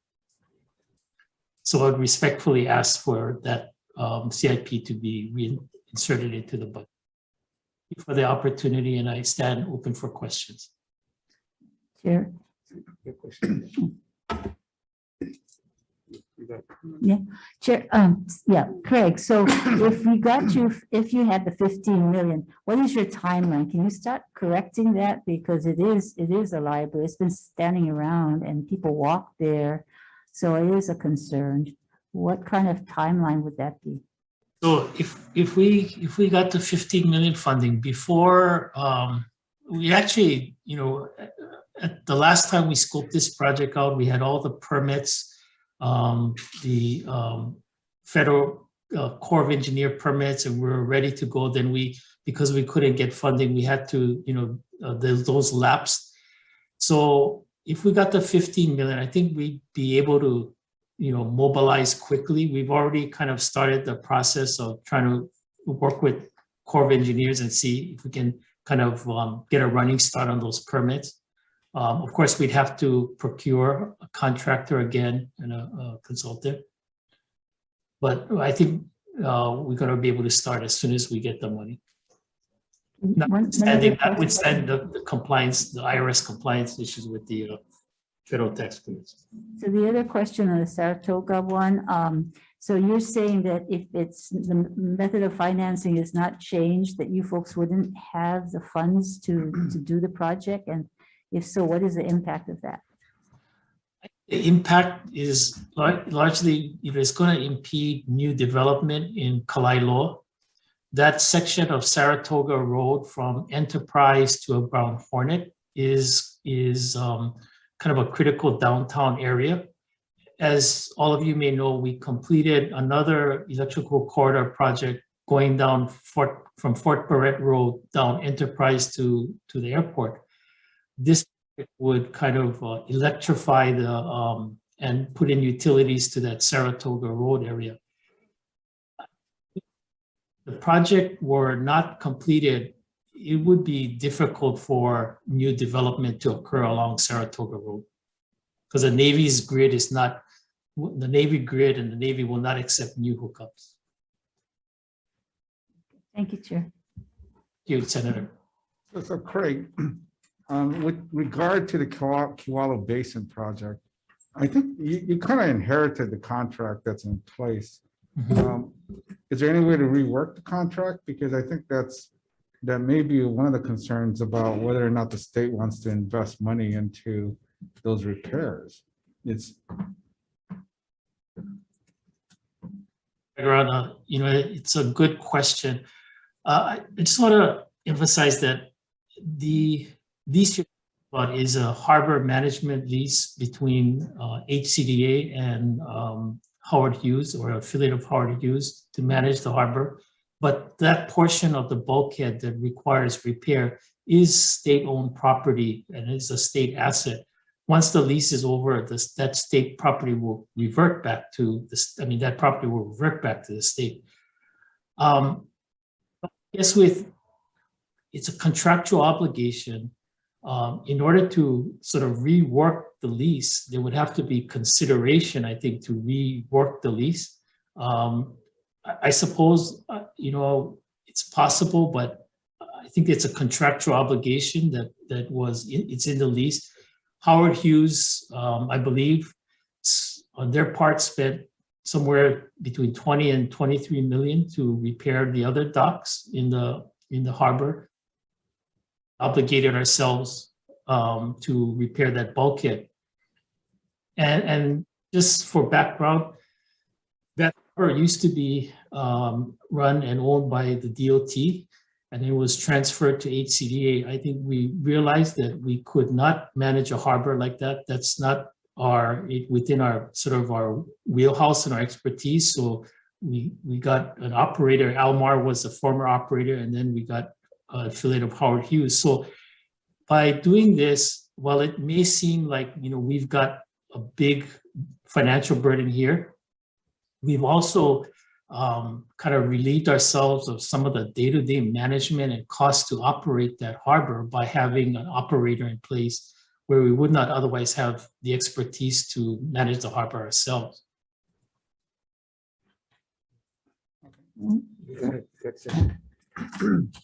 One last question. If you fixed it, would we be able to generate any income from it to help defray costs and going into the future? Or is it just fixing it? Well, if we, depending on how much funding we get, if we get the whole, the full funding, I think we can moor larger vessels there, and there will be, mooring fees that will see. If we can fix the worst part of it, which is the Malca portion, I believe we could moor, certain vessels there. So I think in general, Senator, fixing it will have some economic value, but I want to emphasize that ever since this repair was identified and the need for it, it's always been about the public safety aspect. So I don't want to sort of, minimize the public safety aspects by focusing on the economic returns. It really is about public safety and the deteriorating aspect of that particular pier. Sure. Thank you. Question. Okay, Craig, just speaking out of the box, if DLNR takes back the harbor, because it's not in your expertise to manage the harbor. And why I ask that is that, and I say it because with the new infrastructure monies that has come in, DOT has gotten quite a big batch of infrastructure monies. And I'm just wondering, because DLNR, when they transferred, can you tell me to how the transfer was made? Because if it's state land, it was a DOT harbor. It was a DOT harbor. DOT kept it. They did not transfer Kewalo to DLNR. Yeah, so anyway, if you don't want it, to me, I think we can fix whatever the issue is because they got infrastructure monies. That's all I'm saying. So something that we can discuss.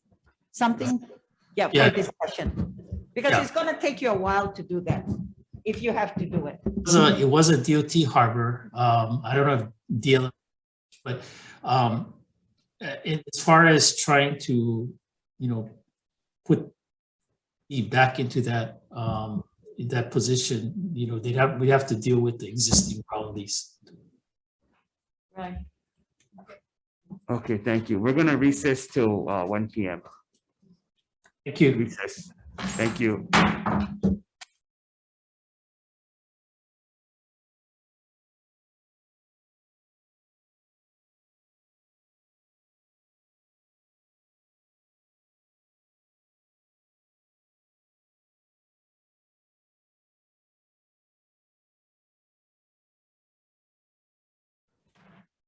Okay, calling Ways and Means back to order. This is the 9:30 agenda, House Bill 1600. This meeting, including the audio or video of remote participants, is being streamed live on YouTube. You will find links to viewing options for all Senate meetings on the live and on-demand video page of the legislature's website. In the event we need to end this hearing due to technical difficulties, the committee will reconvene on March 24th, 9:30 in this room. Public notice will be posted on our website. If there are technical glitches during your turn to testify via Zoom, we may have to move on to the next person due to time constraints. We appreciate your understanding and remind you that the committee has your written testimony. Okay, we left off Office of the Governor. Okay. HHSC Oahu Regional Healthcare System. Not present, Chair. Okay. State Library System. Good afternoon, Chair Dela Cruz and Vice Chair Keith Algaran and members of the committee. Stacey Aldridge, State Librarian, Hawaii State Public Library System. We stand on our written testimony in support of HB 1600, HD1. Mahalo for this opportunity to testify. Thank you. I had a question. Oh, question. I think we were looking at whether or not we could provide additional funding for CIP to the library, but I understand that you had full capacity in handling just the 5 million that you have right now. Is that right? Yes. It's a challenge. Yeah. So you don't want any more money, right? Well, you can always give us more money. We can find a way to use it. We have a lot of building projects, and we definitely could use more funding. But the challenge always is, right now we've got issues with staffing on the DAG side to support us, and then also supply chain issues, frankly, with some of our building projects. So for your projects, you probably wouldn't be able to use general funds for your CIP then, because you wouldn't be able to get those jobs out by the end of the next fiscal year, right? No. So if you get additional projects, would have to be GO bond funded. I believe so. Okay, thank you. Thank you. Thank you. HTA.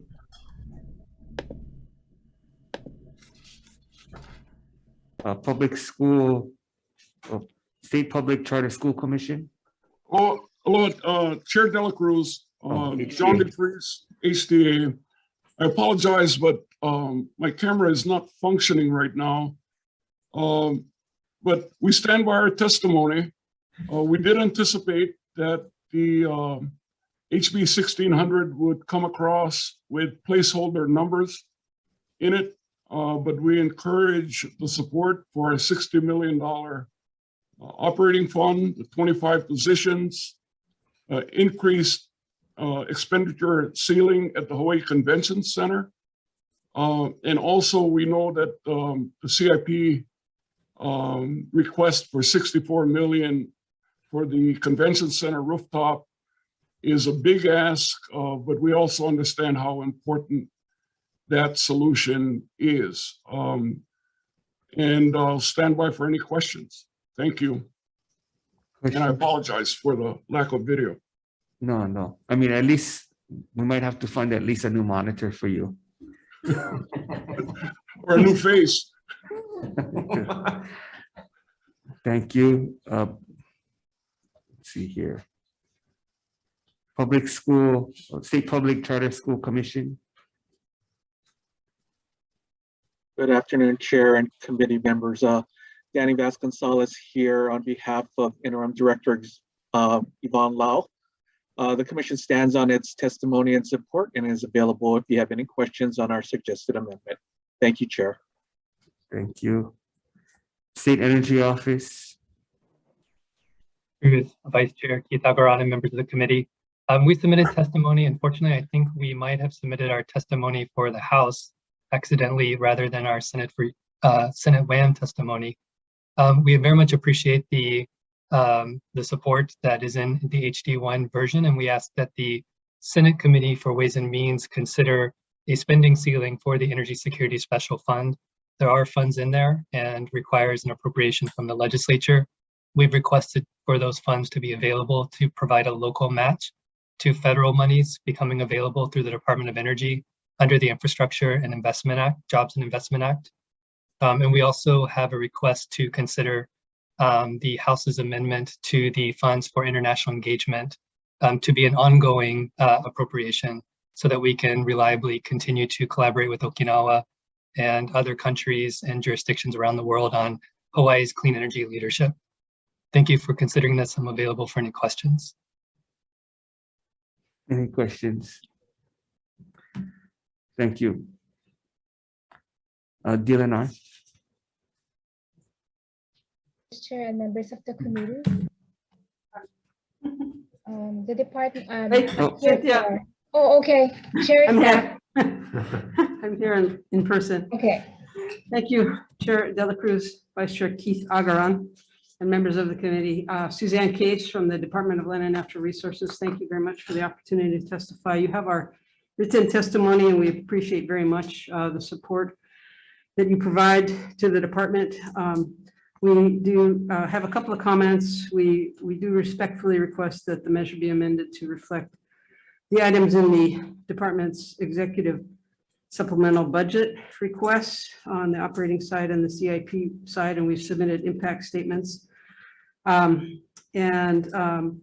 We wanted to highlight also the governor's messages that have been submitted for well development, public lands management. We have a request that has come in now via GM for funds to tear down Uncle Billy's on Banyan Drive, which recently had a fire and is a dilapidated building causing hazards, and to add funds for the Maunawili acquisition on Oahu, and also for the Makolelau acquisition. On the operating side, we wanted to highlight the needs for the Aquatic Resources Division's funding to do the Marine 30x30 initiative, and also funding for SHPT for salary expenses, and for the fiscal office. The rest of them are highlighted in our impact statement. I do want to highlight one in particular. The Watershed Initiative is our #1 CIP request, and last year you folks authorized $4 million in year 1 and in year 2. We asked to increase the FY23 to $8 million, but it was actually zeroed out. And so now we have, in the current draft, we have no funding for FY23, and that is in particular, I mean, we've been doing great progress on the Watershed Initiative every year, but we also have a $5 million federal grant that is at risk for forest management, federal grant for forest management, for which the Watershed state funding is a match. And so we are at huge risk for the whole program if we don't have at least that $4 million that we already had, and if possible, the full $8 million. So with that, I'm happy to answer any questions. Members, any questions? You have an explanation from the House on why they asked for, I did talk to the House side, and they asked for more detail on the federal grant, so we provided that detail. It's not a federal grant for watershed fencing, the capital part. It's a federal grant for the work that comes afterwards for management of invasive species and planting trees. And so, but they go hand in hand, and so the federal grant is a match. The state funds is a critical match, was included as the match requirement for the federal grant. Okay, if you could provide that information, you gave to the Absolutely. House. Yes.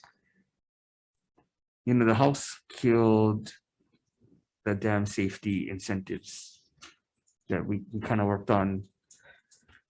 Yes, there was a tax credit. There was a tax credit bill. Are you referring to the tax Yeah. credit bill? Yeah, I But- believe there's a version of it still alive. Oh, is there? I was gonna Um, ask if there was something that DLNR has where we might be able to fund for at least grants. If we don't end up doing that, then that way you can still help the smaller guys.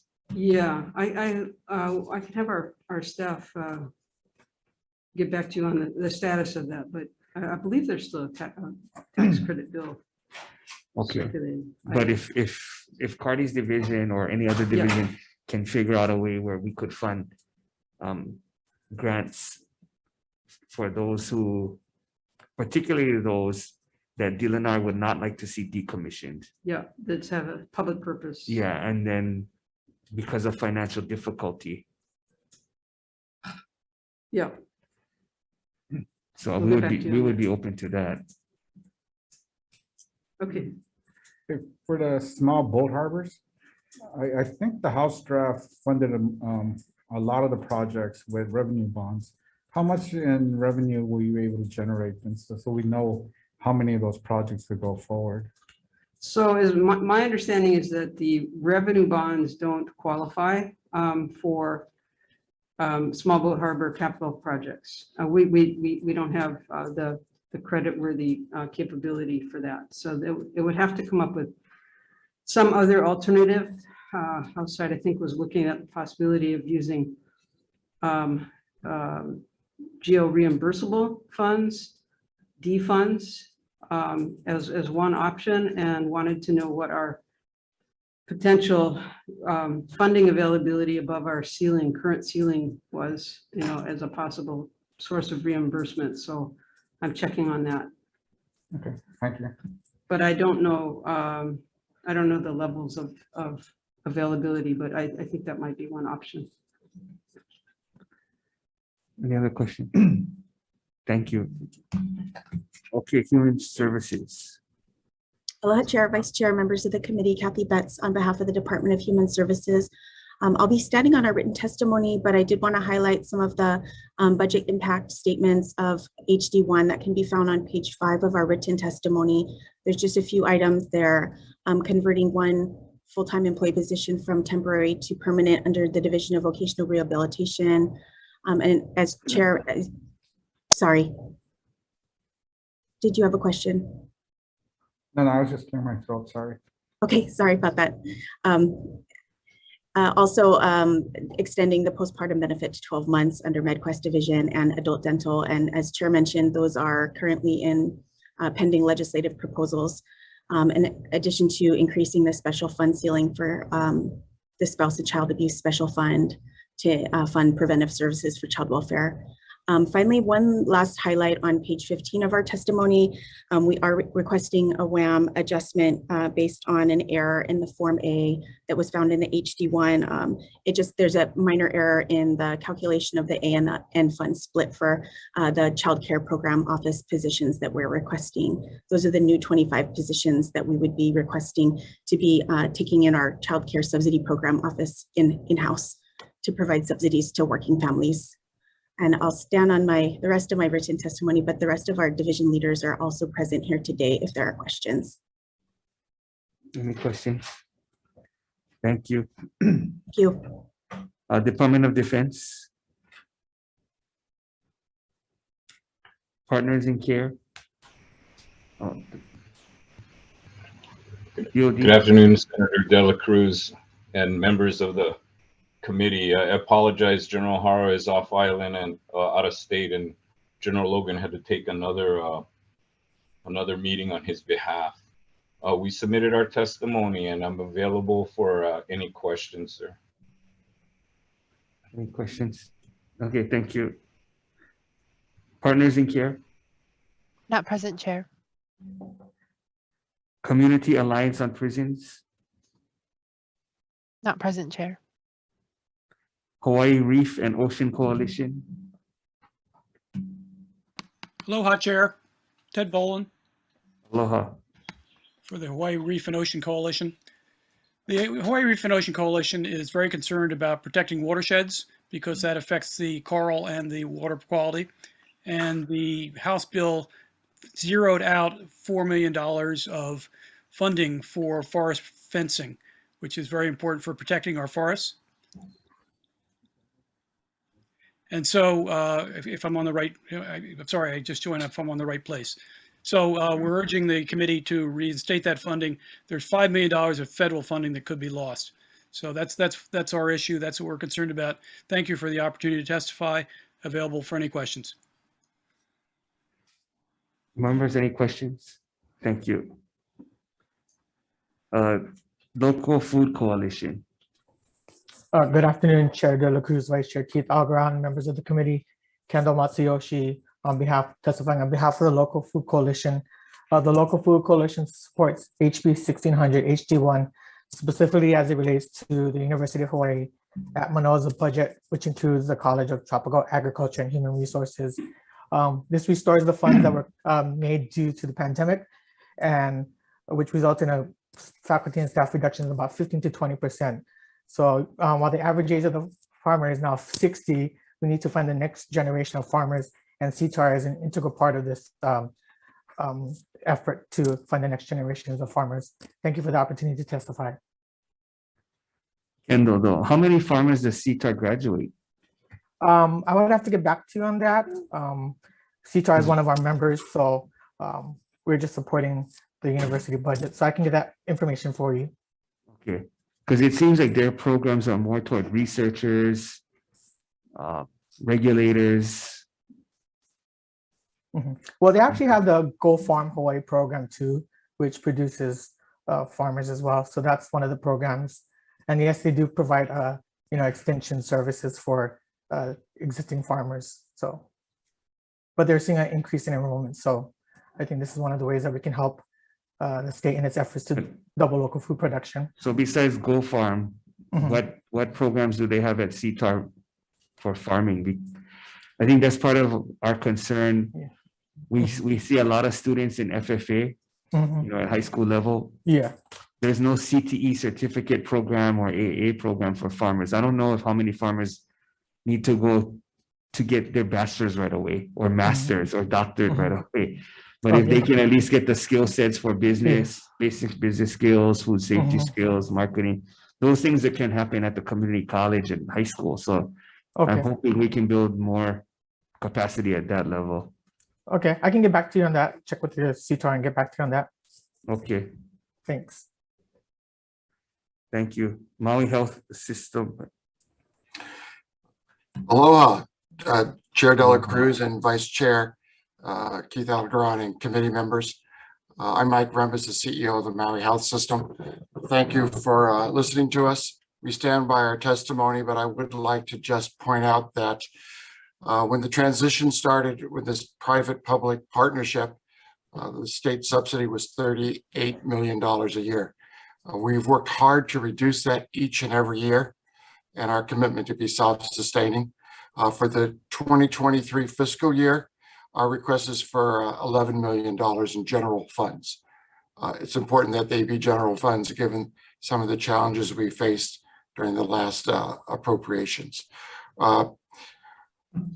Maui is truly a community hospital, the only community hospital serving Maui and Lanai.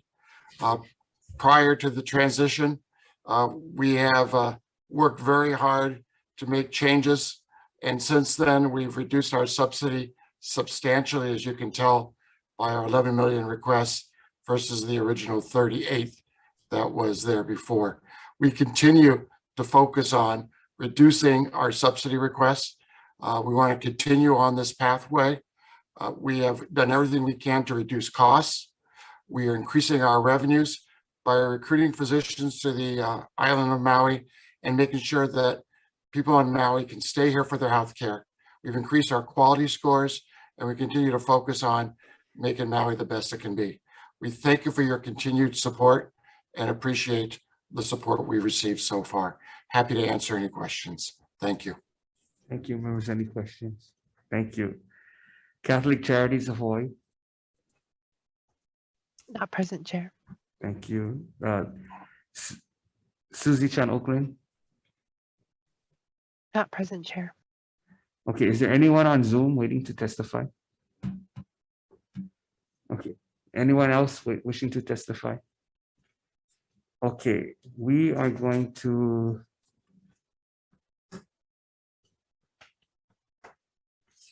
oops, where's the date?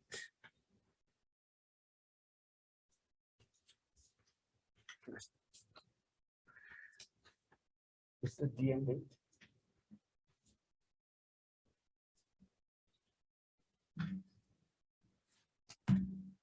Okay, recess.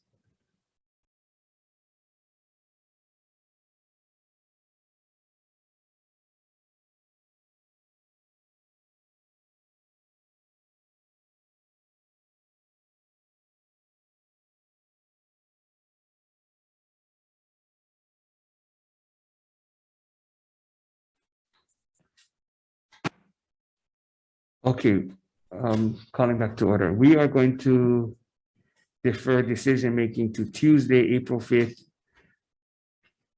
10:45 in this room. Okay, adjourn.